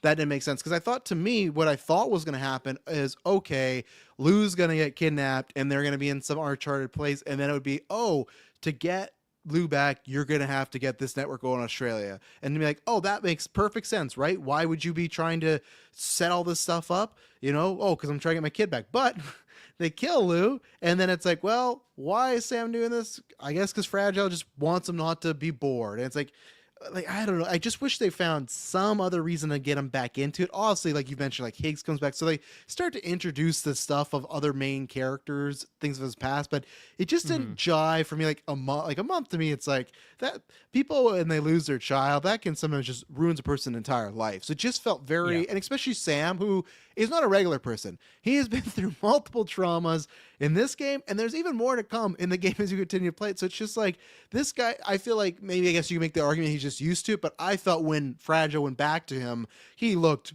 very low again. He was just trying to, he kept shooting himself in the head. He was just trying to kill himself. So there was a little pacing. It felt like, again, what we talked about when you talk about the massive cutscenes of the first game, a lot of people said it was slow, and I almost felt like Kojima was like, well, a lot of people complained that was a slow start, so let's just get right into it. It felt like we were kind of missing some stuff at the beginning for Sam and Fragile, I see, that's I'm something surprised about. Like, from what I know about Kojima, I don't think he would care at all if people had that particular thought. Like, he's I don't know if that's own like feedback now, he would want to change, That's the thing, though. He's on his own. It's his own studio, so it's like you want to... But wasn't that game extremely successful and like made a fuck ton of money? Like, it was. PC, made a shit ton of money, director's cut, now he's getting a movie. Like, I don't feel like I don't think the last one was like, oh man, this game was a failure, I gotta listen to feedback and make it better. But I think there is still a portion of, there's a bunch of people that might go, Death Stranding wasn't for me. But if people go, well, more Metal Gear, like, well, there's it's not as slow as which I've seen so many reviews that are positive, talking about like it's better paced, there's more action, and like I said, those aren't positives that I have, because I did read a lot, not like in depth the things, but more like the bullet points or listen to a couple podcasts. I saw the like Metacritic, but I haven't seen like any review or listened to any podcasts and that yet, was so lots of things. People said, it's paced better and the story is like easier to consume, which it's like, I agree to a point. There's still some stuff in here where it's like, it's some wild stuff, but I just accept it because, like, cool, that's what Kojima does. But I wish at the beginning there was more stuff there, even though it was like a terrible start for me, because that was another thing too of Die Hardman's gone, where Bridges is gone, and that baby you spent the whole time game with, that's gone. But I think they get Sam on a good enough emotional journey that I was happy where we end up. At the beginning, I was like, I'm not really liking much of this stuff, and there's still, again, I will say there's still stuff at the end though they reveal that I don't like, and it actually affected my. This is not a 10 out of 10 like the other one, because there's active story stuff. Even like we haven't talked about it, the Neil stuff is. So before we get to Neil, let me close out some thoughts on some of those things. Like, I feel like that is it's a funny thing with Kojima in particular is I feel like some political thoughts and takes on the world are things he's like sometimes putting in there in like a very overt way and sometimes not so much. And Yes. that was something that going back to Die Hardman, it was something I wondered of like, yeah, why? What would be the reason to swap out this character for this new president? And I don't know. I don't know if it was him making like a racial thing of like, hey, there was this black man who was appointed president, and then like within a year is gone, replaced with like an old white guy. I don't know if that's part of it, but also early on in the game, it's like you got to deliver these vaccines to Lou because vaccines are really Lots important. of And it's like vaccine talking talk. about that. It's like okay, obviously In the sequel to the COVID game. yeah, like you could have any number of things, but like the fact that he was talking about vaccines and then like specifically being like, these are the reasons why vaccines are good, and then like vaccines come back later too with Tomorrow, where they're like, oh, we gave those vaccines that are incredibly helpful to this character of Tomorrow because she doesn't have this immune system. So I feel like, at some points it's hard to tell like if it's a goofy story thing, if there's some reason for it. And yeah, in the case of like being Die Hardman being replaced with the president, I right now have no idea why that would have been done. But as you're saying, it's something to come. So that's good. I gotta say like because I totally agree with you. I think the tricky thing with Sam as a character is I feel like sometimes Kojima doesn't know if he wants him to be like a silent protagonist, avatar type character, or if he wants him to be like an active participant in the story. And I feel like there's a lot of the things we don't get there. And maybe part of that is because there are just less super friendly people to him in this. Like you have Dollman and they have some conversations, but once again, it's mostly just Dollman talking at you. But I feel like in the first game you had Deadman, maybe you had some more sequences with Heartman. You had a bit more of a connection with Die Hardman. You had Amelie, you have all these other characters. I feel like Sam could you could infer more about what his internal world is thinking. Where in this game, because there's like a bit of more disconnect between Fragile and him, it feels like that would maybe be the dynamic you'd get that from. And then like there aren't other characters filled into that spot in like a super meaningful way. And there are lots of new, like you were talking about, there are new connections. It's not like, hey, I'm meeting Amelie or I'm meeting Die Hard Man, but they already have a history of like, I know you, you're so and so's kid, or you're whatever. And then they introduce Heartman, and then they're like, Sam is like super sus of him, and other characters I don't really like. Where are these emails coming from? So even the character who's like a known character in the first game, who wasn't his best friend or anything, but like has a bit of that disconnect. So I was really sad with the parting of Deadman. I mean, I think he got like his part of the story done. He passed the baton in a way, but it kind of reminded me how much I love that character and I love his weird gimmick and I love the performance there. I know it's not Guillermo, it's like his body, but then like a different actor in there.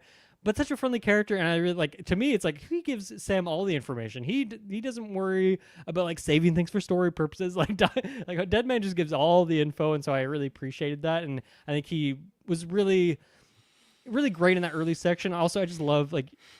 I agree with you. It doesn't make sense like necessarily this Mexico into Australia thing, but thematically I love that like the tutorial section is Mexico, and then we just go to this whole new continent of Australia, and like. I don't know. I just think that's kind of a fun thing in general. Have you gone back to Mexico, by the way? Like, at any point? I had to story wise, but I will. Oh, interesting. Okay. I will. My plan is to finish all of Australia first, and then Mexico. Mexico's a lot smaller. Does it open more afterwards? Because I know not as far as I know. No, it's just you kind of go back to kind of like a retrace your steps, Sam. It's like okay, let's go back. You know, there's something you got to find. Yeah, exactly. So for me, my plans go there, but it's a lot smaller and I wouldn't say less interesting, but I guess so in a way. You know. Well, I wondered because part of it was that like. It was like only half of Mexico when you were first there, and there was a huge tar pit, and then you go through the gate and you end up Australia. But I didn't know if when you go back there, it's like, oh, well, that's open now, and now there's like this whole other chunk of Mexico. It'd still be pretty small because it's just a smaller area in general. But I love that like the tutorial is just, oh yeah, we're just gonna connect a whole other country, and it's like, that's just a fun thing to get to do. So, goddamn, we just went in all sorts of a million places. But I don't know. Do you want to go into Neil a bit more here now? Yeah, because that's one of my cons. Just kind of overall is it's both from a gameplay, it's a gameplay and a story point. The tough thing is those levels fucking rock. I love really all fun. of them. Like I just finished the second like water. Oh one, my like, god, recently. that's my favorite one. And in a world where water levels just completely suck, that's most times it's like, oh, water level, that was great. It's just like a little slice, but man. And I forgot to say this. This might be hyperbolic, but I don't think so. I forgot to say this in the opening, and I maybe will bring it up again. But just in case I don't, because that always happens on reviews, I will say this is very likely my favorite video game score soundtrack ever. I loved Music is everything. outstanding. I Outstanding. liked Woodkid enough. I've heard some of the stuff. This, I have like 5 of these tracks saved. Like there's like stuff that like makes me emotional. Low Roar, which is such a sad that I never knew this because I'd heard about this in between. The lead singer and the guy who started the band passed away in between the games. Oh wow. So I yeah, didn't the know guy. that. So Yeah. what happened was Low Roar started. I can't remember his name. I'll find out. I'll show up at the end of this podcast. But he started as just like he was from Iceland, and Low Roar I think started like 2014 or 16. It was just him. He was a solo act, and he brought more people across and brought a band. And then in 2020, because of pneumonia, he passed away. Wow. So, and they put out their last album this February, and then they disbanded as a band out of respect for him. So posthumously, they put it out, and a lot of those songs are in this. And Kojima had made a Whoa, statement when he that's cool. passed. But so that's like another when you talk about like reflective stuff. This game's like many times deal with life and death, and you have the lead singer who has now passed on, but lots of his new stuff, like the music, just came out in February. So Low Roar was obviously a lot in the first game, but again, I don't know if I'll be able to pull it off because they announced they're doing. I don't really go to these things, but they're doing a Death Stranding concert. There's only like 16 showings. There's one in Seattle. There's one in Montreal. I'm like, man, I would love to because like the music is just Seattle, higher hey. level. Seattle, yeah. So we could talk if you have any interest, we should talk. And I'd be Yeah, down we to should. do a little. We should. I Do could that. fly I think over that'd the be a road fun trip journey for us. because that's something where it's like there's never gonna be another Death Stranding concert again. But the music in here was this is I'm not gonna say life all that, but it's just like these are tracks now that are going to be in my rotation for the rest of my life. The first game had that as well, like just the and it's same thing. I think the scorist guys or the composers is Ludwig Frizzle or Friesel. He's fantastic too, like his music, but just phenomenal stuff. So before I forget the score, that is like my favorite. That's up there with Mario or Luigi, like that. I Yeah, loved every moment. a song that's popped up multiple times now, but is first happens when you get introduced to Rainy. When you Oh just my walk through god. that valley, she's dancing around. You're getting introduced to her powers. One of one of my very favorite like video game character introductions of all time. I mean, I feel like most video games don't go all out like that to just introduce a character and not even like Yes. no dialogue, right? You're just watching this character getting to know her, and she's just like this joyous person, but then is like a little bit sus of you, backs off. And that song, I could not find it on Spotify, but I immediately tried to add it to my playlist. But yeah, I've listened to that song like a bunch of times since, and It it's should popped up in the game. I think it should be on there because I added other maybe it was on there now, but I added Okay. multiple Death Stranding ones because you'll get it in the back game, but there's a song called "To the Wilder" from Woodkid, and then the other one is the "Any Love of Any Kind," but the choir version.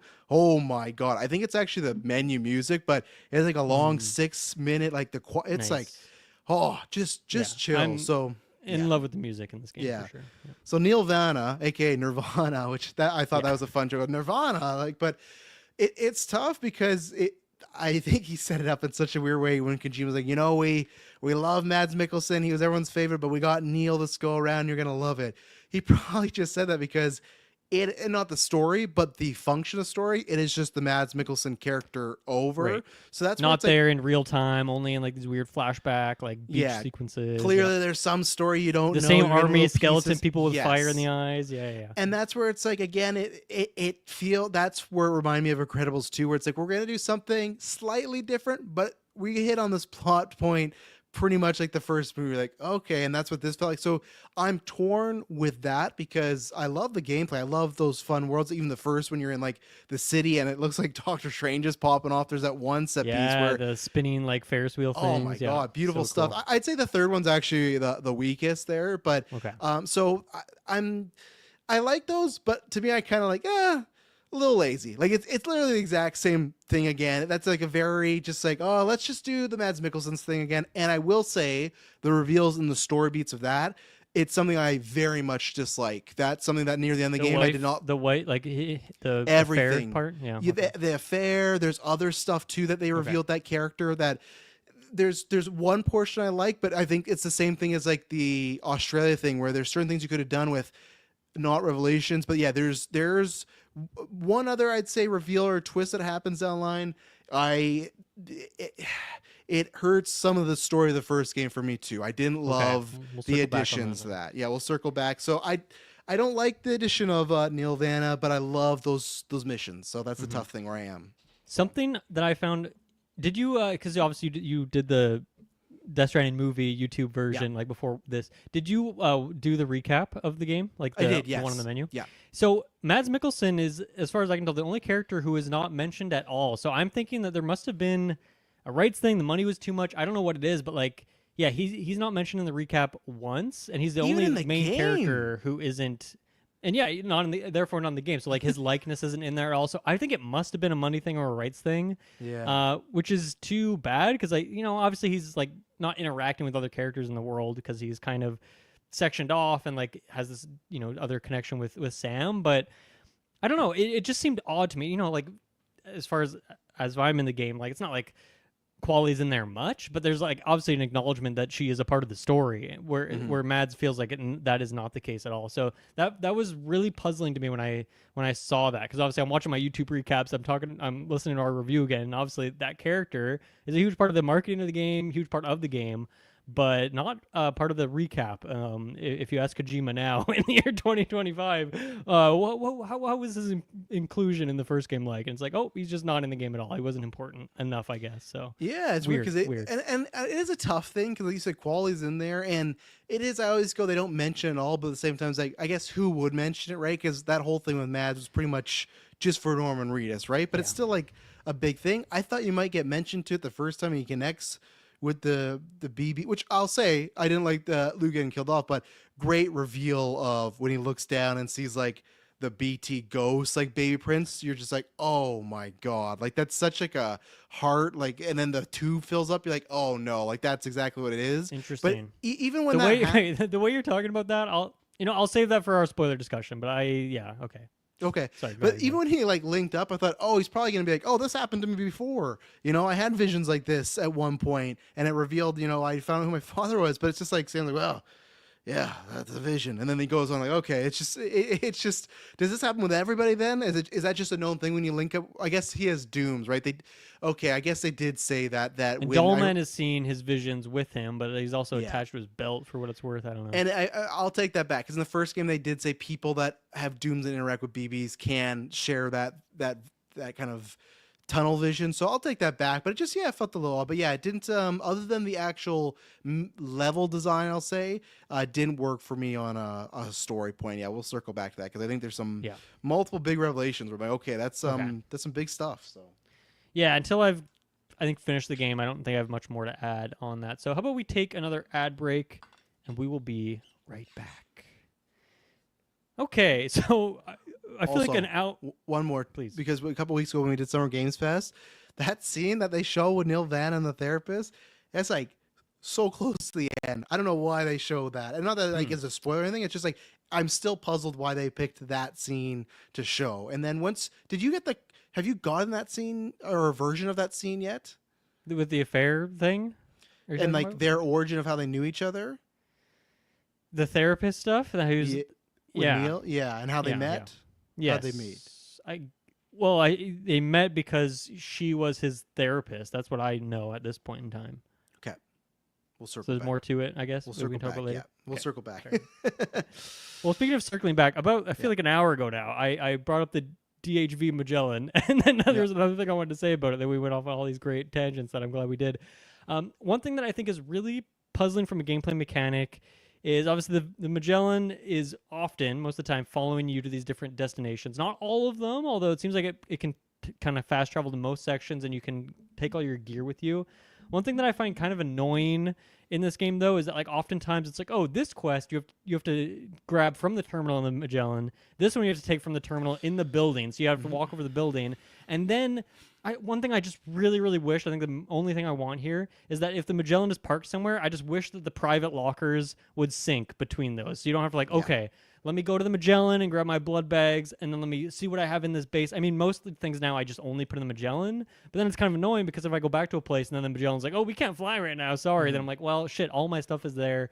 And so just annoying. It's just one of those things that like adds travel time, and not in a fun Death Stranding like, ooh, I got to plan my route travel time. Yes. It's just annoying, and it's never close enough that I just want to walk there. So I'm always like, okay, well, let me just take a car out. Let me do my car. Let me get my truck, drive over here, grab stuff, come back. Usually that's what I end up doing. I'm in the Magellan. I got to go to the place, grab the mission, find out what the mission is, then come back to the Magellan, pick which items I want to take, and then go out again. So it's just annoying as hell. So I hope that stuff gets like patched and fixed, and they just connect those lockers when you're at a location, because it's just weird. But yeah, to me that felt like a kind of a whiff. Like I don't know. That feels like, did you not play test this and realize this is just super annoying to have to do this?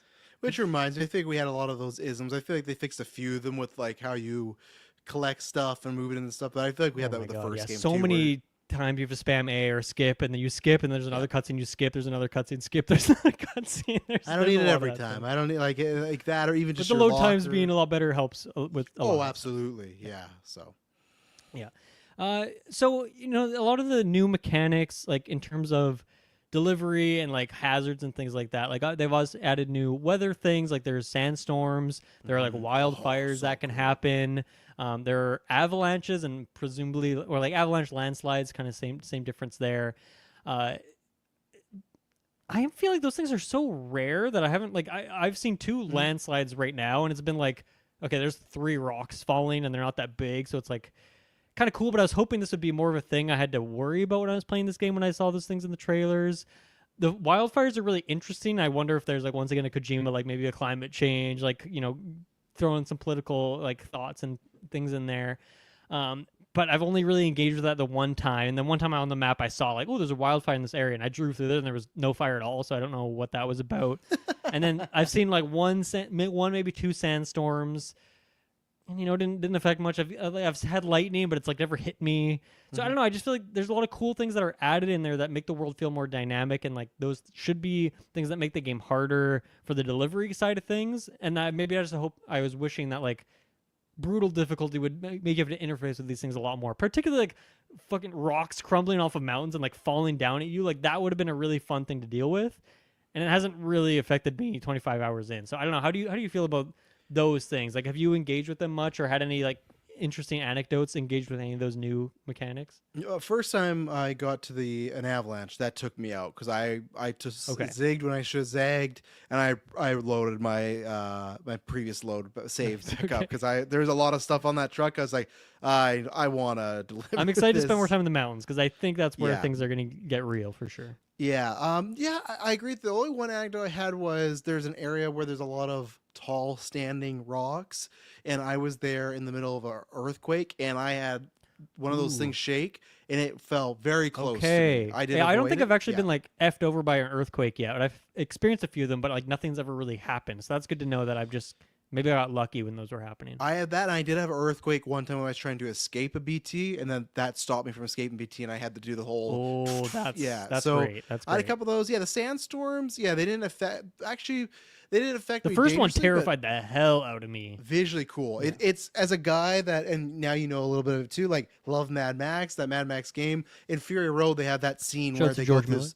Yeah, they go through that. Yeah, right. I forgot. And we're in Australia too, which all the Mad Max movies are in. Hmm. When they go through a big sandstorm in Mad Max Fury Road, that's what it felt like with lightning and everything. And the second, I've only done it twice, but the second one did affect me only to the point of I didn't have much battery and I was kind of screwed. So I had to park somewhere like somewhat near and then just drive over, get another vehicle. I had to do that type of thing because it was one of these things where I didn't want to reload the save because the last save was quite a far ways back. So Hmm. I did the thing where, okay, let's go get another vehicle, get there. So, but that was something where I thought, oh, I can get through the sandstorm. And the sandstorm just lasted way longer than I thought it was going to. I thought it was going to be, okay, nothing. So, Yeah. but yeah, the Quake one, that was the best experience where, because I think a character warned me about that.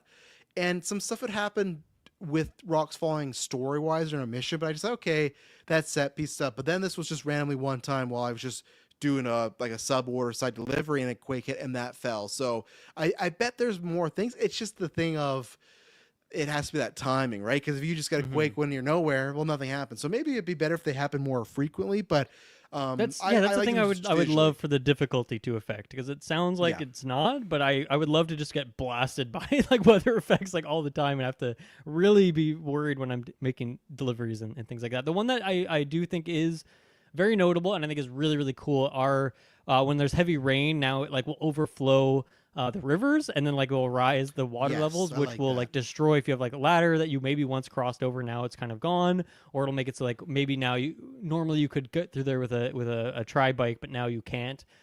Usually a truck can get through most things, like unless it's like a huge river. But I think that one's really fun. It really is quite terrifying, and yeah, I've definitely taken a couple tumbles in the rivers at this point in time.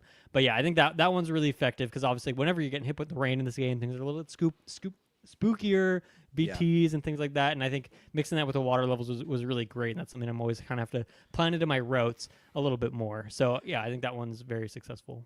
I will say, maybe I don't know if it's because like I don't know Australia that well, but it's a video game, and it's a video game with Death Stranding. That's Kyle. Yeah, we got to get him on here and I get his should, thoughts yeah. on Australia. I'll sit him down and show him Death Stranding. Like, is this like it? But I did find I felt because it's funny you said that you had some issues with water. I felt like I had zero issues with water in this game. That's what I was missing because I remember quite a few times of the worst crashes ever of if you fall or running from BT and you fell in a river and all your stuff was just going down. I had nothing like that, and there were so many times where. To be fair, I think I've only dropped my stuff once, and it was like in Mexico. It was like really early on. Okay, so there you go. But And but even then, yeah, like I don't know. I feel like I generally, for the most part, like maybe I'm just like better at the game now, so I know to go for certain spots, and so I'm That's like, oh, I'm not true. going to just risk it on things. But yeah, it hasn't been a huge issue. I just think the rising water thing is a cool mechanic.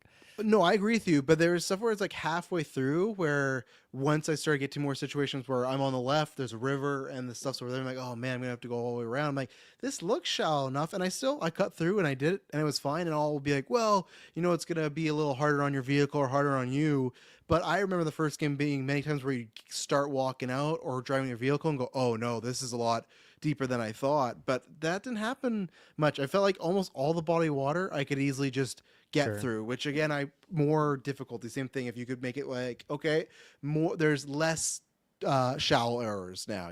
That's more rare to Yeah. find. Well, You yeah, have to there do the are bridges. You have to there do are a the couple zones where slingshots. the river, not even just like having higher water, but there just might not be any river there if it's not raining. But then when it is Yeah. raining, like spawns a river there, which is cool, and you can kind of see like the divots in the earth where it will spawn. So that was cool. I think the addition of animals is like fun. It's like it doesn't change much, but it's like, oh, I got to chase this thing around a little bit, capture it. I accidentally ran over like multiple animals, which I feel horrible about. I don't know if you've I done had that too. before. I got docked Negative 100 100 dislikes. Yeah, I was bummed about that. So As we talked about earlier, there are like stats now kind of tied with your 5, I guess, like making I getting love that likes star. online, doing deliveries, service. I don't even know what the service one is for. I think like, servicemanship is tied to the quality of the product. I think because that's Okay. that's one of the higher. I thought that would have been in ones. Porter, but I guess that's a separate thing, maybe. Yeah, I don't know. Actually, I 'cause- think that maybe is like connecting with other people, like I think you're right. liking or using people's things. Yeah, I think you're right because my two lowest are combat and stealth. Just Dude, because combat levels so slow, Yeah. so Yeah. slow. Well, we just don't. I guarantee you. I wonder if though we talk to somebody that just is like they're playing the full game like Metal Gear, and if their combat's all the way, right? That's because that's. I've been gunning people down in the last few hours, and like I'll take out a whole base and maybe get like 1 point up, which is crazy because sometimes I'll just go to the base and get like 3 or 4 porter levels, and it eventually slows down. But yeah, I'm kind of surprised at like even like stealth. I feel like I do a lot less with stealth and get a lot more Yeah. levels than combat, which is crazy. And also, I wonder if my stats will change because anytime I see a recover mission for the back half, I was like, I'm not doing that because that recoveries those can take quite a while. I'm going to do a lot of that now in the post game, but before. So I wonder if that'll go up. But yeah, most is Porter. And I think servicemanship is like the S level stuff because like I said, I was making sure to get a lot of S stuff. I'm taking slow because it's so nice. And now they got like the S Legends of Legends, which was funny. I had like 13, and then after the post game I had tons of orders that I was just like kind of saving private locker whatnot. Now I'm up to 26 SLL ones, so like I love getting that. So I think that's what it is, but I love seeing that star. I love going up, and yeah, I think currently I'm 228 right now. So Nice. Yeah. Yeah. Well, I know when I've gone on your profile, like through the in-game social thing, and you got to friend me on there because I wonder if that'll make it so we see more of each Sure, other's I will, things. yeah. Because I went in there and like hit your name, and I said like it says like make connection or I don't know some Death Stranding verbiage Yeah. for adding a friend. But yeah, go ahead and do that. But yeah, I've seen your stats, and whoo, those stats are looking pretty.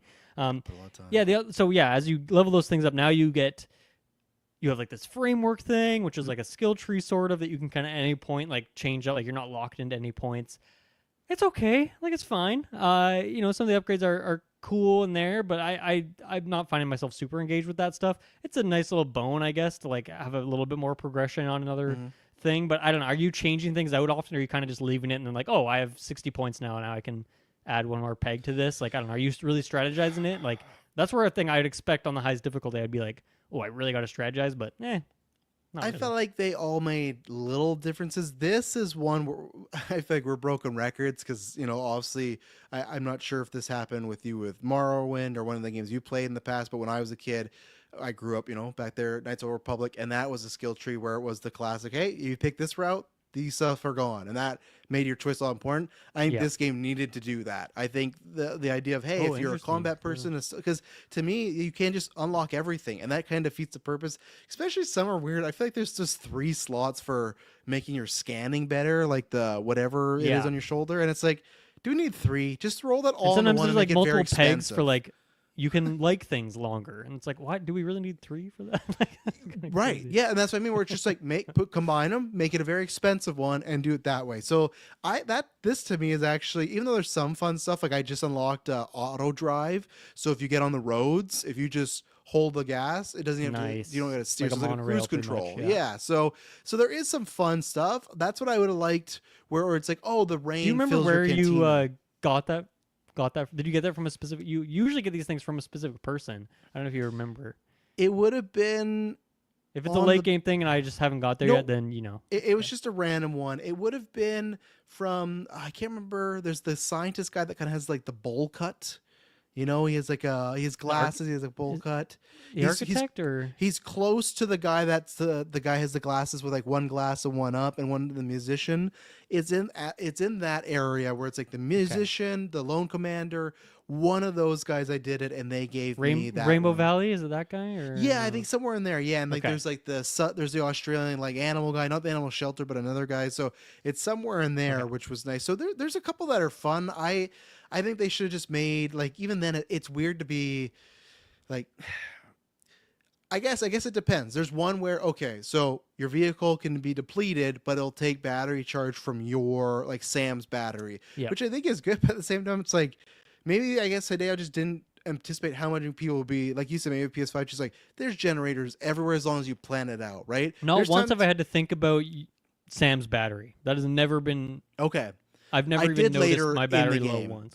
Okay. The snow mountain, there's some long treks where it's like, man, I got a long way to go, and it's a lot of uphill. They do later on, Sure. which is funny when you were saying it was challenging you. They do later on when you complete a couple of stuff, give you spiked tires so you can go up that stuff easier. So that's where it's like even when it's Interesting. hard, they're like, oh, now it's easy now. Drove You know, on, but yeah. it does make sense because in that was one of my cons, and it's fine. But in the back half, I'd say like 13 to 16 chapters, there's a lot of you got to go over that snowy mountain multiple times, and the DHV, it's shut down. You can't do it. So it's just like, oh man. So again, I'll say this. I should have said this at the beginning. I always recommend play this game just the way you want, because that would have been a time where I go, I'm going to take a break, come back later. I've done this mountain twice. I don't want to do it again, but I wanted to see what was going on in Higgs or what was going on with Fragile and stuff. So it's like I got to get there, which we haven't mentioned. I think I'm going to predict that Troy Breaker is going to win that Game Award performance. Really? Yeah, because I thought Higgs especially in the back half, Higgs in the first game, that's me like, okay, Kojima and him are friends, and Troy, don't get me wrong, Troy's a good voice actor, good even actor. Like, okay, this is a fine villain. Higgs was just, he's a generic, I'm going to bring on the Death Stranding, cool, or the Final Stranding or Last Stranding, whatever it's called. This game, man, he went to a different level. I think this is. I'm really surprised to hear that based on the 2 times I've seen him so far. I'm really shocked to hear you say that. It gets somewhere. There's some great stuff with just boss battles and everything. There's some repetition, but then there's kind of like some fourth wall, like, hey, it's repetition for the sake of repetition. We'll talk about that later, but it's for me, it's up there with Joel, if not better. It's Wow. his best work. So That's when crazy. when Hideo was talking about the Neil actor, it's like, yeah, that's all good, but like I think Troy Baker steals this game from everybody. He's Did so good. that happen for you like in the final hours, or when you were around my spot in the game? Like, did you have that perception? Because to me, I was like, so far my thought is like, I wish they didn't bring him back. Like that's okay. where I'm at. So I'm really surprised by that. I was somewhere like that where it's like, oh, why does he need to be back? I still think you go a little later on to get more of that, because I feel like, yeah, he's in there. I've just only a seen him little bit, twice but at this point. Yeah. So that's he definitely gets some more juice going on. So I felt the same way as you. Like, okay, it's him with like a cool new costume, whatever. But near the end, I think there's some really fun stuff, and I think he's chewing the scenery. So I really Nice. enjoyed Troy Baker in this one. So shout out to him. Cool. So Yeah. One of the things too that he uses to get around is a coffin, which you can later get as an item, which like works coffin kind of board. similar to the what is it called? The PCC, whatever it is, like the rack that you can like throw The things on. PCV, I think. Because Yeah, and then you can use it as like a build, yeah. snowboard. Well, now you can use this coffin as like an even better snowboard, which I was like, oh, this is gonna be perfect. This is gonna help me so much with the snowy mountains. I got like up there and it was like, oh, you're not in the chiral network. You cannot use this thing. I was like, fuck, I should have brought that the classic floating one because that one I think you could still hop on it even outside the chiral network. So I kind of got screwed by that. But yeah, that's been fun as like just another mode of transportation when you don't want to commit to bringing a bike or a truck to a certain spot. So that's cool. That's a weird thing. Let's see. Where do I want to go next? I guess maybe talk about some more characters. Rainey is one that I mentioned that intro sequence, and I think that's a really great sequence. I love her performance. I think she's the actress that plays Yukio in the Deadpool movies. Oh, is she? Which That I makes looked up and I sense. was like, why is she so familiar? And that's what she is. So that's fun because obviously she plays like a very bubbly, silly, just very charismatic character in that, and obviously she gets more to chew on here. But I like her in here. But classic weird Kojima character where she's like stuck at 7 months pregnant, and she's got this weird Doom's ability where she has like essentially an aura where she can reverse the time fall, but then like outside of that she creates the time fall rain. Yeah. Which I'm kind of surprised that hasn't been a bigger part of like the story. Like she hasn't left the Magellan, which not a lot of people do leave the ships or the establishments in this, but I feel like for a power like hers she should be doing more out there. But I don't know, she's a fun person to have on the ship. Story wise, I think that's a thing that I just kind of wait to see what the last few hours do, because she hasn't really done anything at all in the story. She's just kind of there, but she is a nice presence to have. So I mean, I guess part of her role is to like teach tomorrow things, but like I don't know, anyone could do that. So it's not really unique to anything about her character. You but could have she's Fragile cool. doing that stuff. So yeah, I think you get a little bit more, but I'd say I could have used more from that character as well. But the character is great. The setup of which is just so funny in this world, weird world. People like calling her a witch because of what's going on with her and stuff. So again, another character with a tragic origin going on, but she's keeping happy. And like you said earlier, the introduction was. That was just like a what the hell is happening moment. Like that was just like, it was such a, because the first, that's where I will say again feels more Metal Gear, because that would always have weird out of the body moments, where the first one had that, but it's way more, I think, dramatic. And this is a serious, this was like a little break of who are you? Like, I'm Rainy. And it's like, oh yeah, all right. It felt very Nintendo-y in a way. Like it felt like she was being revealed as the next Smash fighter in that moment. Like Mario and Zelda would be fighting and then look over and then Rainy would be walking up to him. Now she's in Smash, which hey, I'm not opposed to. So, or at least get Sam in the next Smash, Please, that would be amazing. It. I'd love to have mechanics like that. But yeah, I think it's something that's more front of mind now that we're in the second game. There's a lot more characters, but it is weird how often you stumble upon someone who's like, oh, I have dooms, and it's like this thing is supposed to be super rare, but then you're meeting so many people that have dooms, and they all have like superpowers essentially. Like they're pretty much superheroes in terms of like their weird gimmicks that they have. And even if they don't have that, it's like, oh, Deadman's weird gimmick is that like he's comprised of 70% like body parts from like dead bodies and like just like weird stuff like this. So it is like you kind of suspend your. I mean, there's a lot of suspension of disbelief in this game in general, but it is weird how often you encounter these characters who have completely like one in a lifetime abilities, but then like they're all just conveniently popped up in like different points of the story. But as a fan of George Miller, obviously it's not his voice here, it's just his likeness. But what are your thoughts on Tarman, who's kind of like the pilot of the Magellan, or sorry, the DHV Magellan? I should use the full name. I like him. I think I've grown to dislike him because he's like an exposition machine. Like I felt like in the back half, not a lot of personality for sure. Yeah, and I felt like in the back half, I was quickly reading the dialogue and then like skipping it because it's always about the ship or we got to do this. So fun enough. Like I like the idea of traveling through the tar, and I love the idea of the hand like drive. Like there's some cool, fun Kojima stuff. He has like that weird cat. Yeah, demon like tar cat. So like some stuff. Just I don't know if there's dogs, but there's at least one cat in this world. There's one cat. So I think they just, especially, it'd be different to me if it was George Miller voiced him, because they go, okay, you probably only got George Miller for a little bit of time. Here's what you can do. but you don't. So you're getting a new voice actor. I felt like you could have gave him more personality. Like I feel like they did that with Guillermo del Toro. Still has a lot of personality, but I feel like Deadman has tons of personality, right? Hmm. And Tarman, like he just feels like he's the pilot. But it's fun seeing George Miller just always randomly Yeah. popping up there. So yeah, no, I'll definitely say like again, the class of characters in the first game versus this game. One definitely is the superior bunch of ragtag people. So Yeah. Yeah, I mean, I think obviously like the Kojima is just such a big fan of film, and obviously has a lot of love for directors and like specific actors. But like, it is fun with the seeing which directors he's obviously a fan of through this means, and obviously this makes a lot of sense with specifically the connection to Australia with this game, and then obviously that bubbles out into mechanics that we can like link to Mad Max in a lot of ways that you mentioned earlier, yes. which is kind of a fun thread to follow down there. So yeah, I like him in there for like what he is, but yeah, definitely feel like there could be maybe a little bit more meat on the bone, as we like to say. Yeah. I think one that's really odd to me is Doll Man. Like, I feel like my Mm. perception of this is that Kojima played God of War 2018. You know, probably he probably played that maybe after the development of Death Stranding. He's like, oh, Mimir, having this head on Yeah. your belt who can just yap at you and be like a cool, funny, quirky character. I love that idea. I want to do that too. I'm gonna create this character of Doll Man, but I guess I'm just finding like it hard to be like, oh yeah, this is a full person who has like their own, like he lost his body. He has like a, it's the haw and the caw, And whatever now it he's just is. on someone's waist belt. Yeah, it just seems like, and it's like when you are not, when you're at the base, you just like hang him up on the wall, and so he's just like there. So it feels like sometimes he's in the main cockpit and he's like on his little rail and he's flying around talking to people, but like I'm just like, who is this guy? Where did he come from? I feel like maybe I missed the backstory. I forgot the backstory on him already, but he just, it seems like a weird addition that he's not like, this isn't some weird gimmick character. Like, this is a human being. You know, he's just Yeah. trapped in a weird body. But I like him in there, and you can throw him up in the air, which I always forget is a thing, like a Me too. I watchtower only when did you don't have twice. one. He's cool, but yeah, I guess it feels like weird choice, but that's a lot of things in Death Stranding and Kojima stuff in general, I guess.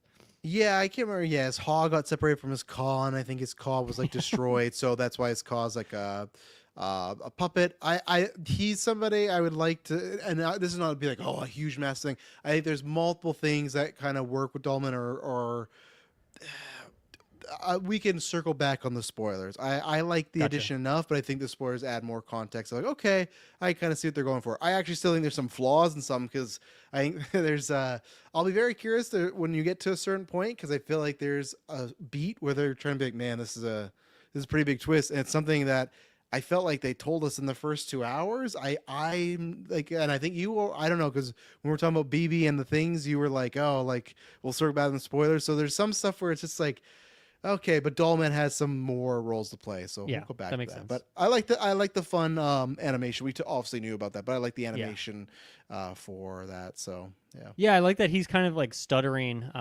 You know, he's kind of like half the frame rate or whatever it is, so he yes, just looks a bit off. And like, I love when I think it's when it's the scene, one of the scenes with Higgs, and Higgs is like getting close, like, "Oh, you again, old friend," in the classic Troy Baker way, and then he gets like red eyes and it kind of like hisses at him or something like yeah, goofy like that. So yeah, I like having it on there, and it is nice that he'll talk about certain things. He'll comment on a character or a story beat that just happened, and listen back to a review. Something I forgot about that happened in the first game is you'd be like traveling somewhere, and then someone like would call you on like the little like watch or whatever you had in that game, and then like pop up, and they like rather than them just talking to you over the comms while you continue to walk, it would like pause the game to like deliver you this conversation, and it yes, was like it really stuttered the game and like it made just you know when you're especially when you're on a long journey. This happened a lot in the end game when you're just doing long treks, and this game doesn't really do that because you're in the Magellan so much, you're talking to your characters there. But I think Dollman's a good kind of in between of that where he can be there, he can comment on things, but this time around he doesn't like stop you to like, hey, look at me while I talk to you and let's pause the game.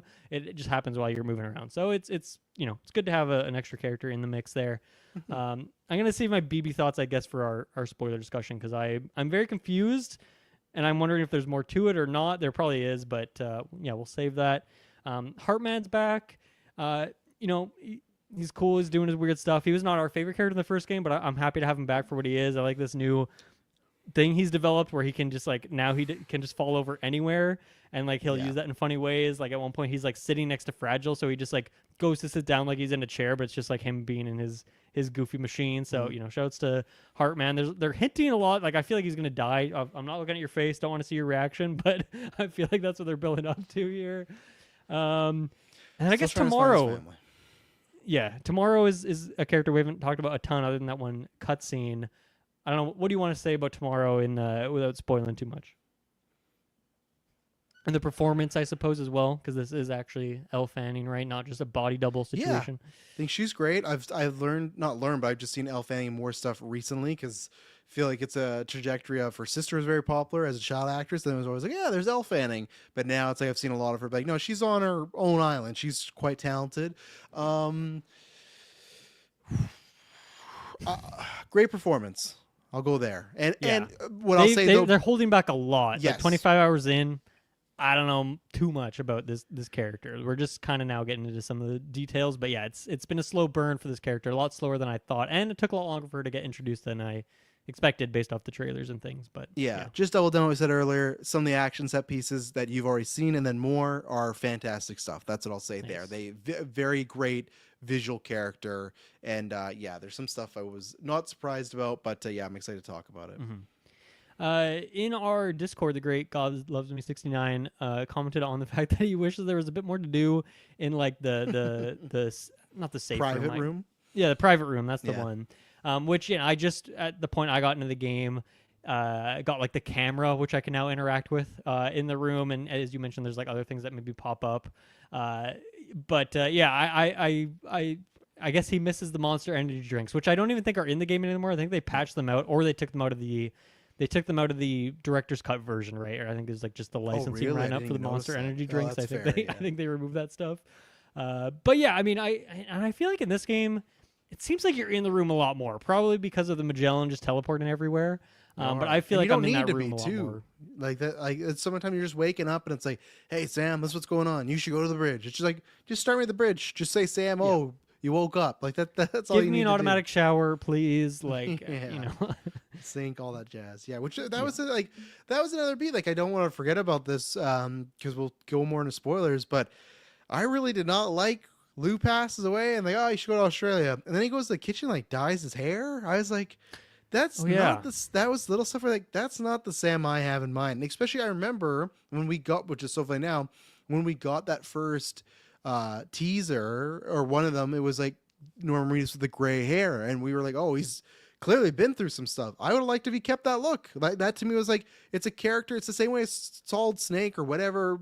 He changes, Snake, Solid Snake, all that stuff. Like he would always have like a different kind of look going on in the games. At one point he's an old man, one point he's a clone. Like there's all these things where it's like, okay, you can kind of tell the eras of Snake.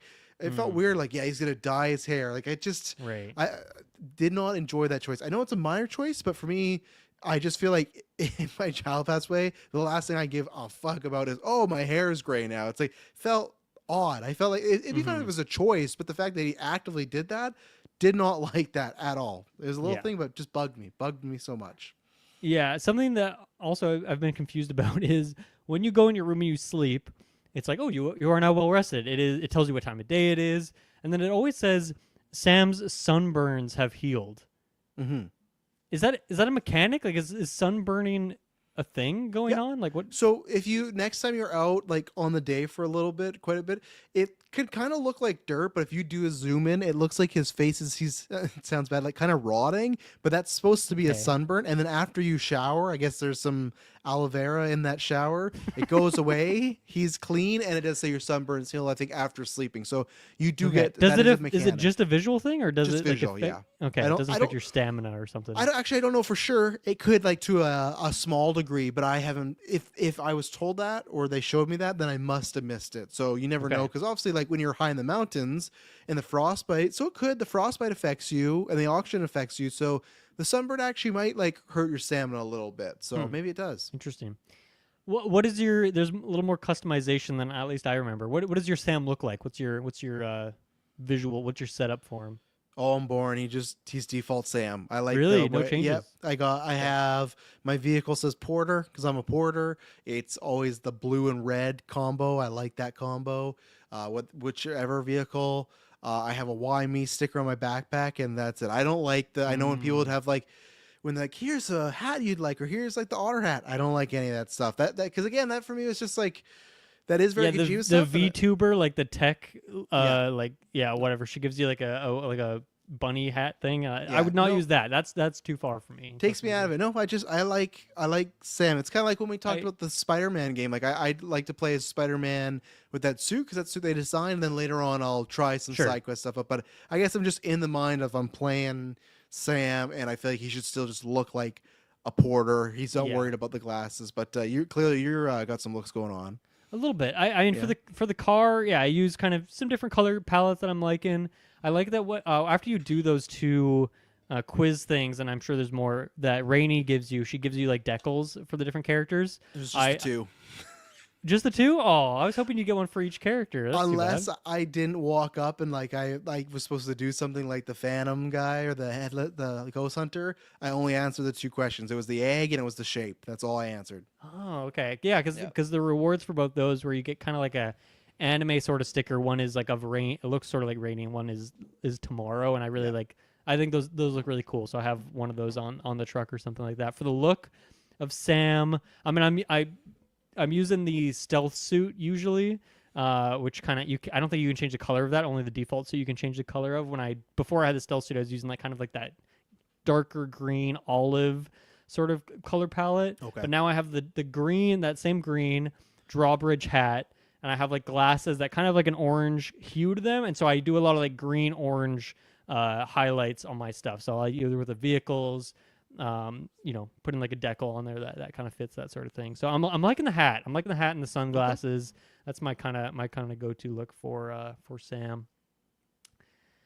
That depletes the notes I had written down. Is there anything we haven't got to? Of course, spoiler discussion to come. We'll break down a lot more story stuff, and I'm sure a million gameplay things we forgot about. But anything else you wanted to talk about today? Yeah, okay, so I will clarify my notes when I had to go back and forth between the Snowy Hill. It was more in chapters 10, 11. That was a lot of go there, back and forth. I'm getting there. I'm So close. there's that. Let me see. I think those are okay. I'll put the spoilers tag on those for when we come back to it. I'll say, because I don't think you've probably got there, done it. And I've heard there's multiple situations like this in the game with other people and the side orders or side characters. The pizza chef, man, that's my name. Fun little gimmick of why how will they like a couple people how will they go to the network? Well, if you give them pizza they might want that, and it's like cool, pizza's my favorite food. But then there is just something, there's two fun things that happen where it was like a we'll circle back. I'm gonna keep Pizza Guy in our spoilers because I don't even want to say more because I want you to experience stuff. I just say that's probably my favorite since I got Conan O'Brien. My favorite thing because there's just some Okay. fun wrinkles to the Pizza Guy and or the Pizza Chef, and I just really like that character. They Nice. had I think there's maybe more to come, but they had cameos for Mike Flanagan and Katie Siegel. Mike Flanagan does all like the Netflix like House on Haunting Hmm. Hill. He's the director of Life of Chuck and Doctor Sleep and stuff. And then Kate Siegel's the actress that's in a bunch of his stuff, also his wife. It threw me off because she has an Australian accent in this, but she's not Australian. It's just one of those Hmm. situations where it's her likeness, but an actress is doing it. So at first it's like, this looks a lot like Kate Siegel, but like I don't think it's her. But then the next stop you do is to Mike Flanagan, who is her husband. So I'm like, okay, that was definitely Kate Siegel then. And then I didn't Right. look online, but it's identical. So big fan Nice. of that because I love his work. He's one of my favorite directors right now, and he wrote the Clayface script recently. So and everyone go see Life of Chuck. It's very like Death Stranding, weird movie about life, but very good time. And then the other thing is, I can't remember if the first game had this. Did it have the someone would say something and then hold pause and you can kind of get the definition of the term? No, like the glossary term. Yeah, Yes. that is an amazing addition. Yeah. 10 out of 10 out 10 of because 10. like I said, Dylan has always said Death Stranding word salad. That is a thing. And even as someone watching it, it's still nice to like, oh, they said this. I think I know what this is. Let me take a look. And then boom, it brings you up. And even if it's one thing, you go, okay, right, that's what that is. So no, I really liked that addition. And again, I think that was that I do think that was part of him listed some criticism because people did say there's a lot of stuff in here and a lot of terms and everything. And we went off a different track. I forgot to say I completely agree with you on the Doom stuff, and I think it gets worse as it goes along. It felt like Sam having Dooms in the first game was a real big deal. Like, oh, you got Dooms, where there's characters from the first, and it's not even a minor thing. There's like characters you meet again from the first game, and like, yeah, and I got some Dooms. Like, I don't think that was ever said before. Like, there's so many people that have Dooms. I was getting very bummed out by that because it kind of made it's like me and Taylor always I complained to Taylor about where Star Wars movies, Luke Skywalker, Last Jedi, but then the animated stuff, the books, oh, there was like 20, 50 Jedis around. They just weren't around fighting Darth Vader. It's like, well, I thought the point of Luke is he's supposed to be like like he's the last one, and that's where I know there was other people with Dooms, but I thought for Sam that was a big deal. That's why would you go to Sam? He's not a rebel, but he's a recluse. He doesn't exactly play well with others. He doesn't want to be around people. You wouldn't want him to be your porter, but because he has Dooms, you kind of have to use him. But it's like, apparently, hop, skip, and jump, you're going to bump into someone with Dooms that could help you out. So, yeah, I didn't enjoy that addition either. So, yeah, that kind of reminds me of that deep in the kind of northeast part of the map where you find like the motherhood. Yeah, the motherhood, and I forget that actress's name, but she was in. Wasn't she in like a Star Wars thing recently? She's in Jedi Fallen Order, Jedi, Survivor. Right? Yeah, she's there, and she's in another thing too recently. So she's getting a lot of gigs. So she has some crazy Doom's ability where she can like reach into people's bodies and like use that to take up bodies out. But she also like pulls a bullet out of Sam. Which I felt like was a very strange scene. Like that was the bullet that Emil shot him with. I'm pretty sure. Who? Sorry. So I don't know if you remember that. Amelie. Sorry. Like, who's Emil? Because I don't know if you remember. That's how he's repatriated or whatever. Is that she went back to the beach and so she goes to shoot Mads Mikkelsen because he's doing bad stuff, lying, trying to get the baby out of there.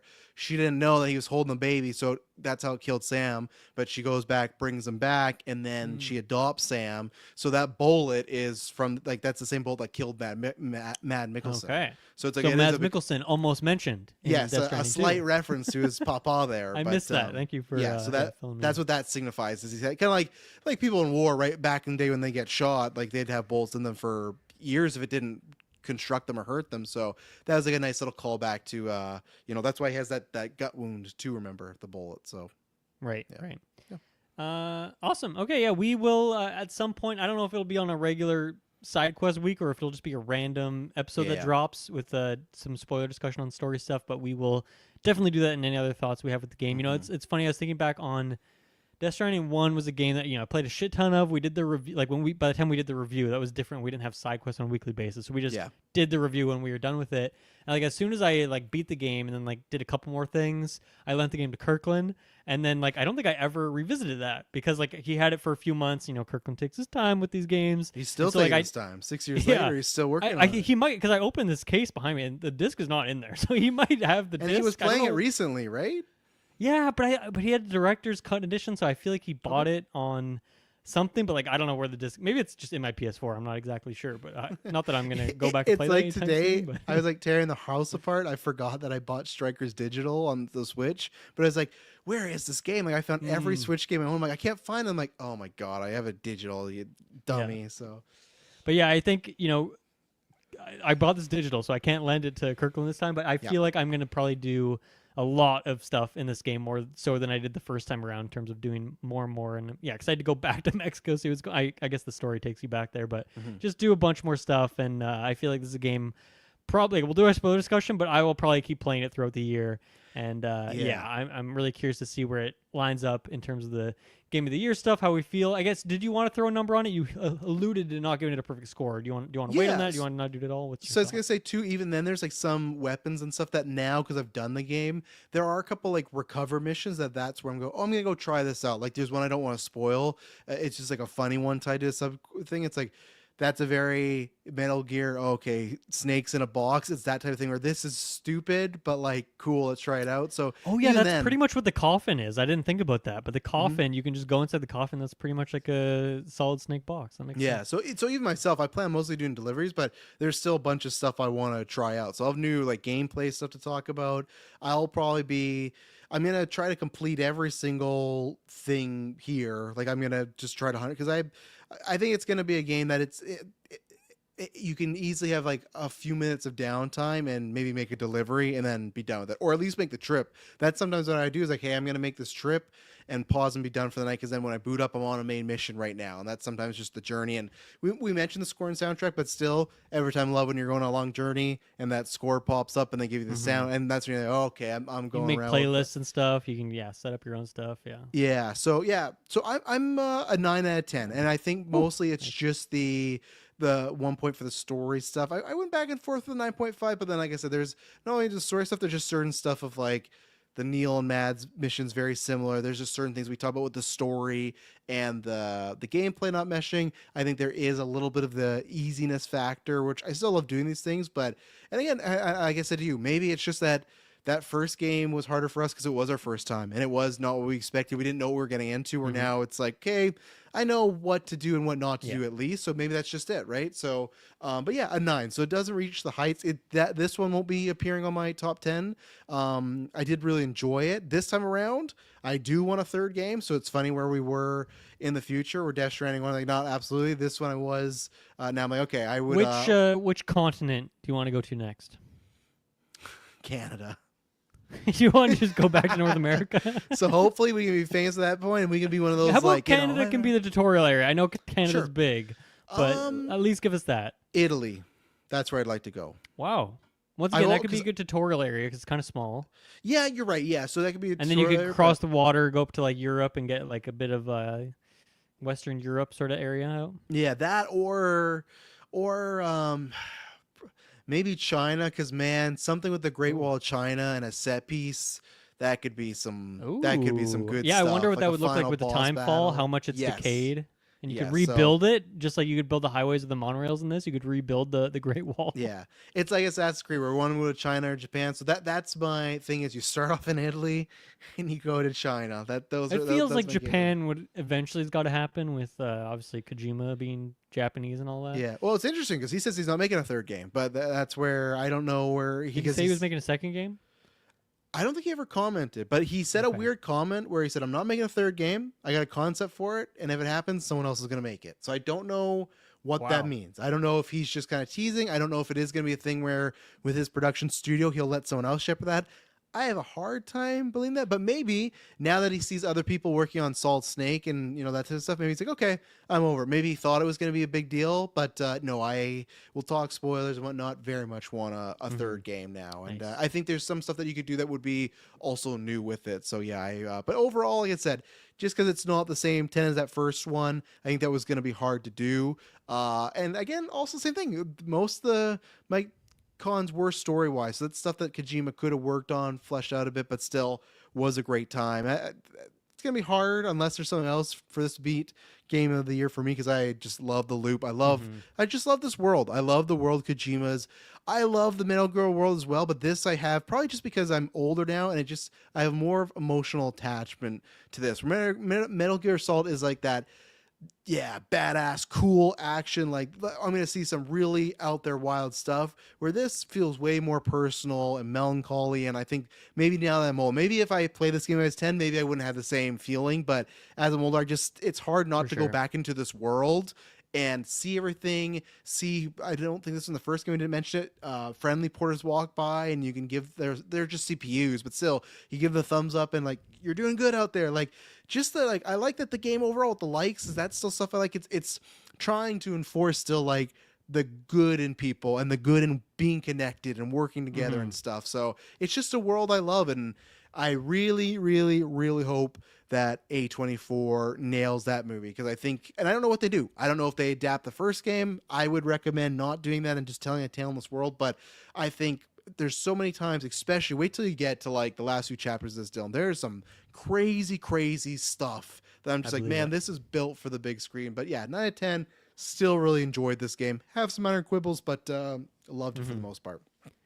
Yeah, I think we'll be getting at least a break. OD and Fizzant, I would imagine, are the next games that we're going to see Yeah. from. I mean, I think OD was announced before this game was. It was, yeah. So that should Uh, be next on the docket, I imagine. Should be next, and from what I understand, that maybe it's like a smaller thing, Yep. and maybe not a 50-hour game. So we'll see what's happening there. Fizzant sounds weird as well. Right, So yeah, we'll see. the hybrid game and movie thing, right? That's Yeah, yeah. we'll see what happens there, but might be a big wait now, especially just development times Yes. ballooning every year. Might be a while, if ever, that we get a sequel to this game. Maybe we'll get like another director's cut thing where we get like more content added to this, like further down the road. But yeah, it's funny. Even I haven't beat it yet, but like I'm kind of in the same boat. Like I would love if we just got a Death Stranding every 6-7 years, something like that. Like I feel like revisit it once again, bring that introspection out. How's my life changed in these years since? Yeah. But yeah, there's something so unique about this gameplay, and there's so much to it, and I still have a shit ton to discover in this game. And this one here on the freaking beach. So yeah, that's gonna be all for today. Like I said, we will be back at some point with some more spoiler discussion, and then probably just updates on Sidequest as we play more of it here and there. I'm sure year or two from now, Kirkland will pick it up and we'll hear his thoughts on it at that point. You hear it in the first 20 minutes of Sidequest when what you've been playing, he'll talk about it. So yeah, and at some point, Taylor, like, is this game the first one's on Xbox? I think at this point it right? is now. I don't think it's on Games Pass or anything. I don't know. Taylor's a changed man because I remember when that game came out. You never know how much of it's the PlayStation, Xbox, but he's like that doesn't interest me at all. But now he's been like, oh, I've been thinking about trying out some Death Stranding. So yeah, I don't know. It's I don't know. Hard to get him off Call of Duty, but if we can, I think this would be a good one to get. True. Get him to do that for us. So we'll see. Yeah. Thank you everyone for listening. Thank you, Travis, for joining me, and we will see you again next week. Bye bye. Get the Heartman thumbs up.